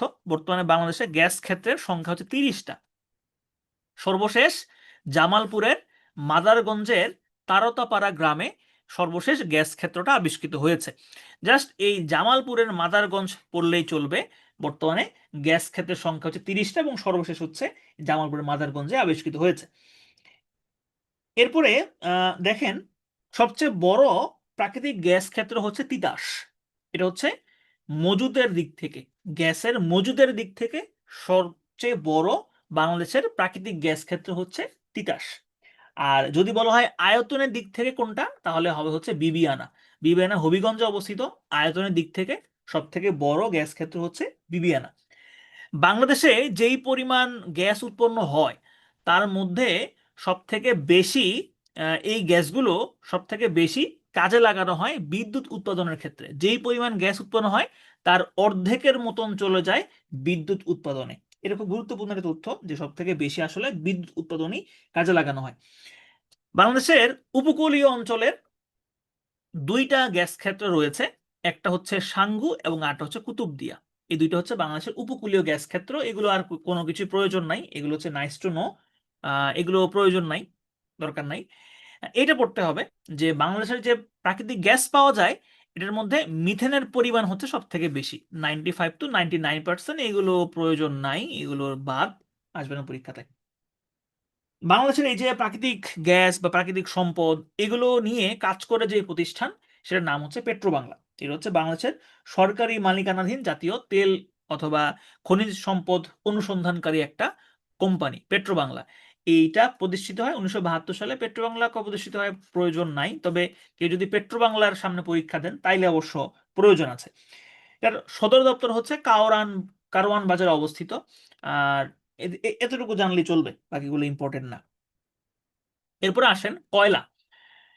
গ্যাসের পরে বাংলাদেশে সব থেকে যেটা বেশি পাওয়া যায় সেটা হচ্ছে কয়লা, এবং বাংলাদেশের প্রথম কয়লা আবিষ্কৃত হয় হচ্ছে জামালগঞ্জের জয়পুরহাটে। এবং এখন পর্যন্ত বাংলাদেশের কয়লা খনির সংখ্যা হচ্ছে 5টা। তো এতটুকু জানলেই চলবে যে বাংলাদেশের বর্তমানে কয়লা খনির সংখ্যা হচ্ছে 5টা।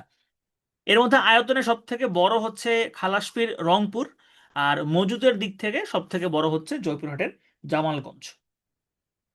বাংলাদেশের দিনাজপুর জেলার বড়পুকুরিয়াতে প্রথম কয়লা চালিত বিদ্যুৎ কেন্দ্র প্রথম স্থাপিত হয়েছে দিনাজপুরের বড়পুকুরিয়ায়। ওকে, এরপর আসেন আমরা দেখব হচ্ছে বিদ্যুৎ। বাংলাদেশের একমাত্র জলবিদ্যুৎ কেন্দ্র হচ্ছে কাপ্তাই, যেটা রাঙামাটিতে অবস্থিত। 1962 সালে হচ্ছে এটা নির্মিত হয়। এবং এই কাপ্তাই বিদ্যুৎ কেন্দ্র তৈরি করতে গিয়েই হচ্ছে কাপ্তাই লেকের তৈরি হয়েছে, কারণ এটা নদীতে বাঁধ দিয়ে এই লেক, এই জলবিদ্যুৎ গুলো কেন্দ্রগুলো তৈরি করা হয়। তো নদীতে বাঁধ দিলে কি হবে, নদীর পানি কি থেমে থাকবে? না, নদীর পানি অন্য জায়গায় চলে যাবে। তো এই বাঁধ দেওয়ার ফলে আশেপাশের বিপুল পরিমাণ জায়গা হচ্ছে জলে ডুবে যায়, জলমগ্ন হয়। এবং এই যে কাপ্তাই লেক আপনারা দেখছেন, এখানে কিন্তু চাকমা রাজার বাড়ি রয়েছে। চাকমা রাজার বাড়িও কিন্তু এই কাপ্তাই লেকের তলায় ডুবে গেছে। চাকমা রাজা তৎকালীন পাকিস্তানের সাথে যোগ সাজশ করে তিনি হচ্ছে এই বিদ্যুৎ কেন্দ্র করার অনুমতি দিয়েছিল। ওকে, এরপর আসেন, এটা দেখে ফেলেছি অলরেডি। এটা গুরুত্বপূর্ণ যে দেশের প্রথম সৌর বিদ্যুৎ প্রকল্প চালু হয়েছিল কোথায়? নরসিংদী জেলাতে দেশের প্রথম সৌর বিদ্যুৎ কেন্দ্র চালু হয়। আর বায়ু বিদ্যুৎ প্রকল্প, বাংলাদেশের 3টা বায়ু বিদ্যুৎ প্রকল্প রয়েছে, চট্টগ্রাম, কক্সবাজার এবং হচ্ছে ফেনী। এর মধ্যে সব থেকে বড় বায়ু বিদ্যুৎ প্রকল্পটা হচ্ছে কক্সবাজারের খুরুশকুলে অবস্থিত। এটা খুব ইম্পর্টেন্ট। সব থেকে বড় উইন্ড মিল বা বায়ু বিদ্যুৎ রয়েছে কক্সবাজারের খুরুশকুলে। আর সবচেয়ে বড় সৌর বিদ্যুৎ কেন্দ্র রয়েছে গাইবান্ধার সুন্দরগঞ্জে। এরপরে আমরা দেখব হচ্ছে এক নজরে কিছু গুরুত্বপূর্ণ বাংলাদেশের বিদ্যুৎ কেন্দ্রের অবস্থান, উৎপাদন সক্ষমতা এবং হচ্ছে সহায়তাকারী দেশ। প্রথমে দেখব আমরা পায়রা তাপবিদ্যুৎ কেন্দ্র। এটা হচ্ছে কয়লা ভিত্তিক কোল পাওয়ার প্ল্যান্ট। কোল পাওয়ার প্ল্যান্ট এটা সহায়তা করেছে আমাদেরকে চীন এটা তৈরি করতে, এবং এটা হচ্ছে দেশের বৃহত্তম তাপ বিদ্যুৎ কেন্দ্র। খেয়াল করেন, এটা হচ্ছে দেশের সবচেয়ে বড় তাপ বিদ্যুৎ কেন্দ্র, সব থেকে বড় বিদ্যুৎ কেন্দ্র এটা বর্তমানে। রূপপুর যখন চালু হবে তখন সবে সেইটা, রূপপুর যখন আনুষ্ঠানিকভাবে চালু হবে। এটা কোথায় অবস্থিত? পটুয়াখালীর কলাপাড়াতে অবস্থিত, আন্ধারমানিক নদীর তীরে। আন্ধারমানিক নদীর তীরে কিন্তু মোংলা পোর্টও কিন্তু অবস্থিত। আন্ধারমানিক, তাহলে আন্ধারমানিক আমরা দুইটা জায়গায় পেলাম, একটা হচ্ছে পায়রা তাপবিদ্যুৎ কেন্দ্র এবং আরেকটা হচ্ছে মোংলা বন্দর। এরপরে আসেন মাতারবাড়ি তাপবিদ্যুৎ কেন্দ্র। এটা হচ্ছে কক্সবাজারের মহেশখালীতে অবস্থিত। আগেরটার অর্থাৎ পায়রার উৎপাদন ক্ষমতা হচ্ছে 1320 মেগাওয়াট, আর মাতারবাড়িতে যেটা পাওয়ার প্ল্যান্ট রয়েছে এটা হচ্ছে 1200 মেগাওয়াট, এবং এইটা তৈরিতে আমাদেরকে সহায়তা করেছে জাপান এবং হচ্ছে সিঙ্গাপুর। রামপাল বিদ্যুৎ কেন্দ্র, এটা হচ্ছে বাগেরহাটে অবস্থিত। এটার উৎপাদন ক্ষমতাও কিন্তু 1320 মেগাওয়াট, এবং এইটা সহায়তাকারী দেশ হচ্ছে ভারত। এই কারণে এটা পরীক্ষাতে আসবে না এখন আর। একটা তথ্য কমে গেছে আপনাদের। ওকে, এরপরে আসেন পরিবহন ও যোগাযোগ ব্যবস্থা। এর মধ্যে বাংলাদেশের সড়ক পরিবহনে নিয়োজিত যে সরকারি সংস্থা, এটার নাম হচ্ছে বিআরটিসি। এখানে এব্রিভিয়েশনটাই important, Bangladesh road transport corporation. আর এছাড়াও সড়ক পরিবহন কর্তৃপক্ষ আরেকটা রয়েছে বাংলাদেশের, এটার এব্রিভিয়েশনটা হচ্ছে বাংলাদেশ রোড ট্রান্সপোর্ট অথরিটি। এই বিআরটিসির সাথে আরেকটা টার্মের হচ্ছে গন্ডগোল লেগে যায়, সেই টার্মটা হচ্ছে বিটিআরসি। দুটার মধ্যে কিন্তু পার্থক্য আছে। একটা হলো BTRC, Bangladesh telecommunication regulatory commission, আর আরেকটা হচ্ছে BRTC, Bangladesh road transport corporation. তাহলে বিআরটিসি এবং হচ্ছে বিটিআরসি দুটার মধ্যে কিন্তু পার্থক্য আছে।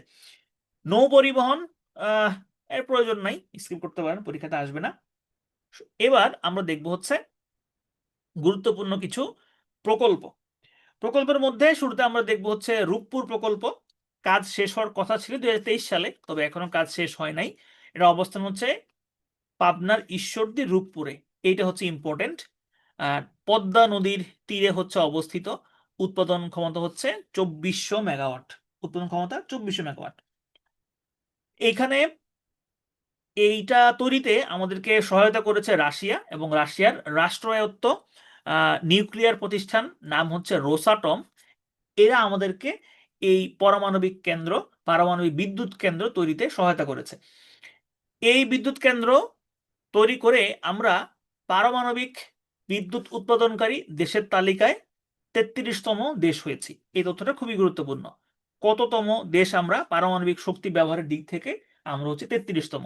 কত টাকা পয়সা লাগবে এগুলো প্রয়োজন নাই, পরীক্ষাতে আসবে না, এবং এখানে জ্বালানি হিসেবে ইউরেনিয়াম ব্যবহৃত হচ্ছে।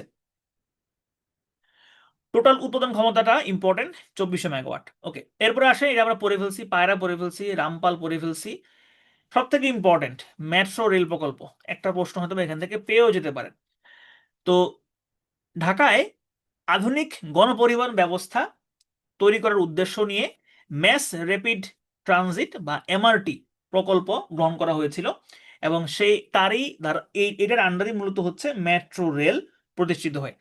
তো মেট্রো রেলের টোটাল লাইন হবে 6টা। এখানে লাইনগুলোর নামধাম দেওয়া আছে, তবে এটা আপনাদের প্রয়োজন নাই, এটা হচ্ছে জাস্ট নাইস টু নো হিসেবে দেওয়া। যেটা প্রয়োজন সেটা হচ্ছে যে বর্তমানে এই যে মেট্রো রেলে আপনারা যাওয়া আসা করেন, আমরা যাওয়া আসা করি, এইটার কোন লাইন? এটা হচ্ছে MRT 6 লাইন। এটার লাইন হচ্ছে MRT 6। টোটাল 6টা লাইন হওয়ার কথা। এর মধ্যে আমরা এখন যেটা দেখতে পাচ্ছি এটা হচ্ছে MRT-6, আর কাজ চলমান আছে দুইটার, MRT-1 এবং হচ্ছে MRT-5। এইটাতে আমাদেরকে ঋণ দিয়েছে জাপান, জাপানের জাইকা এটাতে ঋণ আমাদেরকে দিয়েছে, এটা মাথায় রাখতে হবে।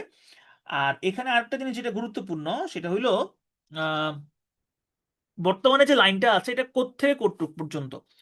এই লাইনটা হচ্ছে উত্তরা থেকে কমলাপুর পর্যন্ত, যদিও এখন উত্তরা টু মতিঝিল পর্যন্ত এটা চালু আছে, কমলাপুর পর্যন্ত শীঘ্রই চালু হয়ে যাবে। তবে আহ, প্রশ্ন কিন্তু এইভাবে আসতে পারে যে এটা কত কোন জায়গা থেকে কোন জায়গা পর্যন্ত বিস্তৃত। তাহলে উত্তরা থেকে হচ্ছে কমলাপুর। এইটা প্রয়োজন নাই, কবে চালু হয় এগুলো প্রয়োজন নাই, প্রয়োজন হচ্ছে এইটা দৈর্ঘ্য কতটুকু, খুবই গুরুত্বপূর্ণ। তাহলে MRT-6 লাইনের দৈর্ঘ্য হচ্ছে 21.26 কিলোমিটার। 21.26 কিলোমিটার। স্টেশনের সংখ্যা হচ্ছে 17টি। কোনটা পরীক্ষাতে মনে আসছিল, ব্যাংকের কোনটা পরীক্ষাতে আসছিল যে স্টেশনের সংখ্যা কত বর্তমানে। বর্তমানে স্টেশনের সংখ্যা হচ্ছে 17টা। আর মেট্রো রেলের মোট রুট তো হচ্ছে 6টা, এটা একটু আগে বলেছি। ট্রেন চলবে কয়টা এটা প্রয়োজন নাই। আর যাত্রী ধারণ ক্ষমতা হচ্ছে প্রতি ঘন্টায় 60,000। এটা হচ্ছে যখন এই 6টা লাইন চালু হবে তখন প্রতি ঘন্টায় 60,000 যাত্রী হচ্ছে পরিবহন করতে পারবে, এবং দৈনিক হচ্ছে 5 লক্ষ যাত্রী হবে। এখান থেকে জাস্ট এতটুকু পড়লেই চলবে। এরপরে গুরুত্বপূর্ণ হচ্ছে মাতারবাড়ি গভীর সমুদ্র বন্দর। এই ইন্টারিম গভর্নমেন্ট অনেকগুলো বড় বড় প্রকল্প বন্ধ করে দিলেও মাতারবাড়ি গভীর সমুদ্র বন্দর কিন্তু বন্ধ করা নাই, কারণ আমাদের জন্য এটা খুবই গুরুত্বপূর্ণ। কারণ হচ্ছে আমাদের গভীর সমুদ্র বন্দর না থাকার কারণে চট্টগ্রাম পোর্টে বড় বড় জাহাজগুলো নোঙ্গর করতে পারে না। এই জাহাজগুলো সমুদ্রের মাঝখানে এসে নোঙ্গর করে, তখন এই মাদার ভেসেল থেকে কিছু লাইটার ভেসেল দিয়ে পণ্য পণ্য ভাগ ভাগ করে হচ্ছে এই বন্দরে আনতে হয়, এতে করে প্রচুর সময় ব্যয় হয়। তাহলে আমাদের যদি একটা গভীর সমুদ্র বন্দর থাকে তখন হচ্ছে এই সময়টা অনেক কমে যাবে। তো আমরা একটা গভীর সমুদ্র বন্দর করছি, সেটা হচ্ছে মহেশখালী উপজেলার মাতারবাড়িতে, এবং এটা তৈরিতে আমাদেরকে সহায়তা করছে জাপান। এই চ্যানেলের গভীরতা হবে 18.5 মিটার। 18.5 মিটার হচ্ছে এটার গভীরতা হবে, এই তথ্যটা খুব গুরুত্বপূর্ণ। চ্যানেলের দৈর্ঘ্য হচ্ছে 14.3 কিলোমিটার। এখানে মূলত এই চ্যানেলের গভীরতাটাই গুরুত্বপূর্ণ। আরেকটা গুরুত্বপূর্ণ তথ্য হচ্ছে এটা কবে চালু হবে। 2026 সালে এই সমুদ্র বন্দর চালু হওয়ার কথা রয়েছে। ওকে, এরপরে এগুলো প্রয়োজন নাই। কর্ণফুলী টানেল, এটা আগের সরকার থাকলে এখান থেকে একটা প্রশ্ন আপনারা অবশ্যই পেতেন, তবে যেহেতু আগের সরকার নাই সুতরাং এখান থেকে প্রশ্ন আসার সম্ভাবনা কম। তারপরেও কিছু তথ্য জেনে রাখেন। কর্ণফুলী টানেল এটা হচ্ছে দুইটা জায়গাকে হচ্ছে কানেক্ট করেছে। একদিকে হচ্ছে চট্টগ্রাম নগরীর পতেঙ্গা এবং আরেকটা হচ্ছে চট্টগ্রাম নগরীর আনোয়ারা, এই দুইটা প্রান্তকে কানেক্ট করেছে কর্ণফুলী টানেল। এই টানেলের দৈর্ঘ্য হচ্ছে 3.43 কিলোমিটার। জাস্ট এতটুকু জানলেই চলবে। আর এটা নির্মাণে আমাদেরকে সহায়তা করেছে চায়না।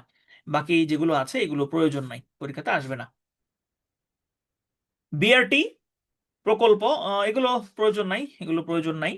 বিআরটি প্রকল্প বাস র্যাপিড ট্রানজিট প্রকল্প, এটা মূলত হচ্ছে বিমানবন্দর থেকে গাজীপুর পর্যন্ত একটা উড়াল সড়ক, এবং এটার দৈর্ঘ্য হচ্ছে 20.5 কিলোমিটার। স্টেশন কয়টা প্রয়োজন নাই, এবং এইটা তৈরিতে আমাদেরকে সহায়তা করেছে এডিবি এবং হচ্ছে ফরাসি উন্নয়ন সংস্থা। আর এই বিমানবন্দর থেকেই আরেকটা হচ্ছে আহ, উড়াল সড়ক রয়েছে, যেটা হচ্ছে ঢাকা এলিভেটেড এক্সপ্রেসওয়ে। তাহলে একটা হচ্ছে বিআরটি, এটা হচ্ছে বিমানবন্দর থেকে গাজীপুর, আর একটা হচ্ছে এলিভেটেড এক্সপ্রেসওয়ে, এটা হচ্ছে বিমানবন্দর থেকে যাত্রাবাড়ি। তাহলে এখন কিন্তু এটা ওই যে ইয়া দিয়ে নামছে, এটা এই যে হাতির ঝিল দিয়ে নামছে এখন। মানে এখন পর্যন্ত এই হাতির ঝিল পর্যন্ত এটার কাজটা কমপ্লিট আছে। এটা কিন্তু যাত্রাবাড়ি পর্যন্ত কমপ্লিট হওয়ার কথা।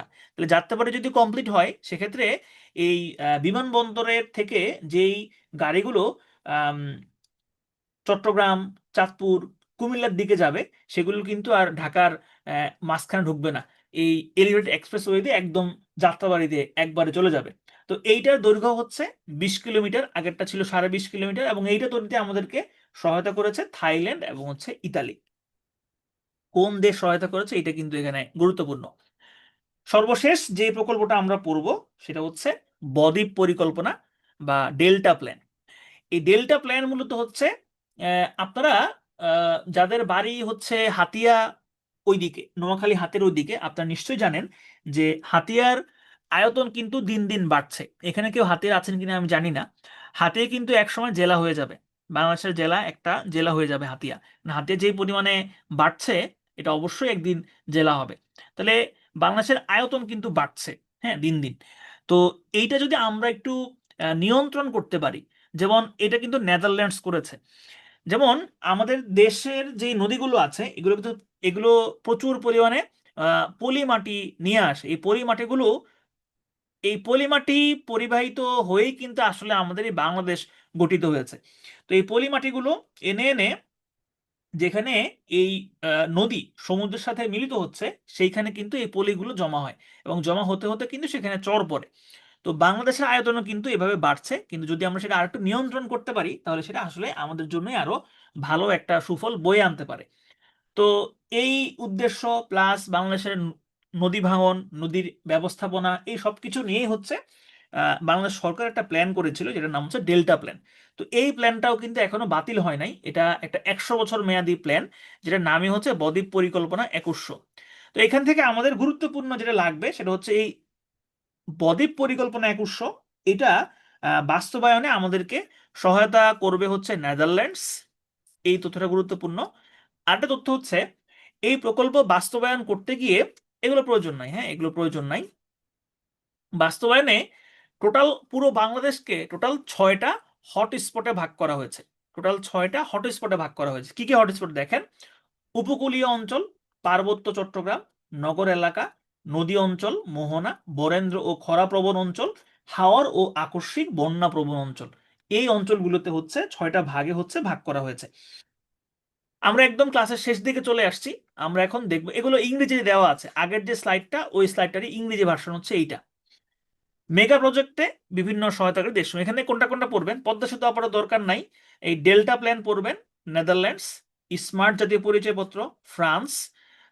বিগ বি, এটা হচ্ছে জাপান। এটা আমরা আন্তর্জাতিক আর একটু ভালো করে পড়বো, জাস্ট এতটুকু মাথায় রাখেন যে বিগ বি এই প্রকল্পে সহায়তা করবে জাপান। ই পাসপোর্ট হচ্ছে Germany. Rooppur Russia. Metro rail হচ্ছে জাপান। এগুলাই, এই কয়টা পড়লেই চলবে, বাকিগুলো মুখস্থ না করলেও চলবে, আসবে না পরীক্ষাতে।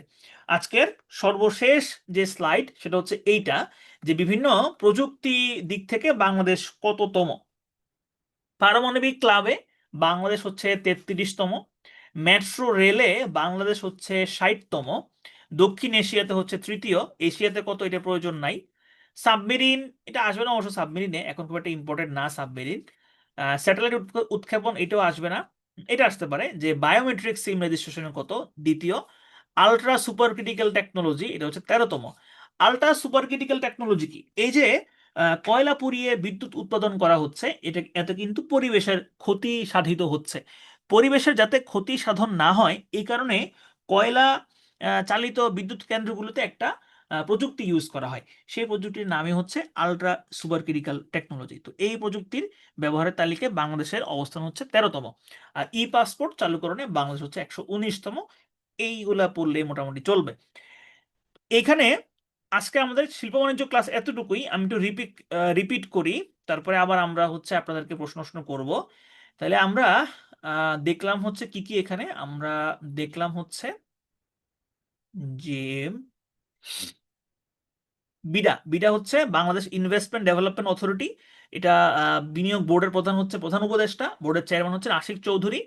3টা সমুদ্র বন্দর রয়েছে, চট্টগ্রাম কর্ণফুলী নদীর তীরে অবস্থিত, মোংলা হচ্ছে রামপালে পশুর নদীর তীরে অবস্থিত, বাগেরহাটের রামপাল। আর পায়রা বন্দর হচ্ছে আন্ধার মানিক নদীর তীরে অবস্থিত, পটুয়াখালীর কলাপাড়া। প্রাকৃতিক গ্যাস সব থেকে বেশি পাওয়া যায় আমাদের দেশে। প্রথম প্রাকৃতিক গ্যাস ক্ষেত্র আবিষ্কৃত হয় 1955 সালে সিলেটের হরিপুরে, উত্তোলন শুরু হয় 1957 সালে। সব থেকে বড় প্রাকৃতিক গ্যাস ক্ষেত্র হচ্ছে তিতাস, মজুদের দিক থেকে আয়তনে সবচেয়ে বড় হচ্ছে বিবিয়ানা। প্রাকৃতিক গ্যাস সব থেকে বেশি ব্যবহার করা হয় বিদ্যুৎ উৎপাদনের ক্ষেত্রে। পেট্রো বাংলা হচ্ছে খনিজ সম্পদ অনুসন্ধানের কাজে নিয়োজিত বাংলাদেশের একমাত্র প্রতিষ্ঠান। এই পেট্রো বাংলার আন্ডারে বিভিন্ন ধরনের প্রতিষ্ঠান রয়েছে, যেমন বাপেক্স বা এই ধরনের অন্যান্য প্রতিষ্ঠান রয়েছে, বা তিতাস গ্যাস, হ্যাঁ, বা বাখরাবাদ গ্যাস ক্ষেত্র, এরকম বিভিন্ন প্রতিষ্ঠান রয়েছে পেট্রো বাংলার আন্ডারে। কয়লা হচ্ছে বাংলাদেশের দ্বিতীয় প্রধান খনিজ সম্পদ। 5টা কয়লা কেন্দ্র রয়েছে বাংলাদেশে, কয়লা খনি রয়েছে। জলবিদ্যুৎ কেন্দ্র, বাংলাদেশের কাপ্তাই একমাত্র জলবিদ্যুৎ কেন্দ্র, এটা প্রতিষ্ঠিত হয় 1962 সালে। দেশের সব থেকে বড় বায়ু বিদ্যুৎ কেন্দ্র রয়েছে কক্সবাজারের খুরুশকুলে, সব থেকে বড় সৌর বিদ্যুৎ কেন্দ্র রয়েছে গাইবান্ধা জেলার সুন্দরগঞ্জে। পায়রা বিদ্যুৎ কেন্দ্র 1320 মেগাওয়াট, চীন সহায়তা করেছে, পটুয়াখালী কলাপাড়াতে অবস্থিত। মাতারবাড়ি, এখানে জাপান সহায়তা করেছে, সিঙ্গাপুর সহায়তা করেছে, 1200 মেগাওয়াট, কক্সবাজারের মহেশখালীতে অবস্থিত। রামপাল, পশুর নদীর তীরে অবস্থিত, বাগেরহাটের রামপালে 1320 মেগাওয়াট। তারপরে আমরা দেখলাম হচ্ছে BRTC, Bangladesh road transport corporation, BRTC, Bangladesh telecommunication regulatory commission. গুরুত্বপূর্ণ কিছু প্রকল্প আমরা এখানে দেখলাম। এর মধ্যে হচ্ছে মেট্রো রেল, মেট্রো রেলের স্টেশন সংখ্যা হচ্ছে টোটাল 17টা। ঋণদাতা সংস্থা হচ্ছে জাইকা। MRT-6 উত্তর থেকে কমলাপুর পর্যন্ত বিস্তৃত, টোটাল স্টেশন সংখ্যা 17টা বলেছি। যাত্রী ধারণ ক্ষমতা প্রতি ঘন্টায় 60,000। মাতারবাড়ি, জাপান সহায়তা করছে, 2026 সালে এটা চালু হওয়ার কথা রয়েছে। গভীরতা হচ্ছে 18.5 মিটার। কর্ণফুলী টানেল, দৈর্ঘ্য হচ্ছে 3.43 কিলোমিটার, সহায়তাকারী দেশ হচ্ছে চীন। বিআরটি, এটা হচ্ছে বিমানবন্দর থেকে হচ্ছে Gazipur 20.5 kilometre. Dhaka elevated expressway, Jatrabari থেকে বিমানবন্দর 20 কিলোমিটার। বদ্বীপ পরিকল্পনা, এটা সহায়তা করছে নেদারল্যান্ডস। এখানে টোটাল হটস্পট রয়েছে 6টা। আর মেগা প্রজেক্টের সহায়তাকারী দেশের মধ্যে রয়েছে metro rail Japan, Rooppur Russia, e passport Germany, big B Japan, smart জাতীয় পরিচয়পত্র ফ্রান্স, নেদারল্যান্ডস হচ্ছে ডেল্টা 2100। আর প্রযুক্তি ব্যবহার দিক থেকে পারমাণবিক ক্লাব হচ্ছে 33তম, মেট্রো রেল হচ্ছে 60তম, বায়োমেট্রিক সিম হচ্ছে দ্বিতীয়, আলট্রা সুপার ক্রিটিক্যাল টেকনোলজি হচ্ছে 13তম, আর ই পাসপোর্ট হচ্ছে 119তম। তাহলে এই ছিল আমাদের আজকের হচ্ছে ক্লাস।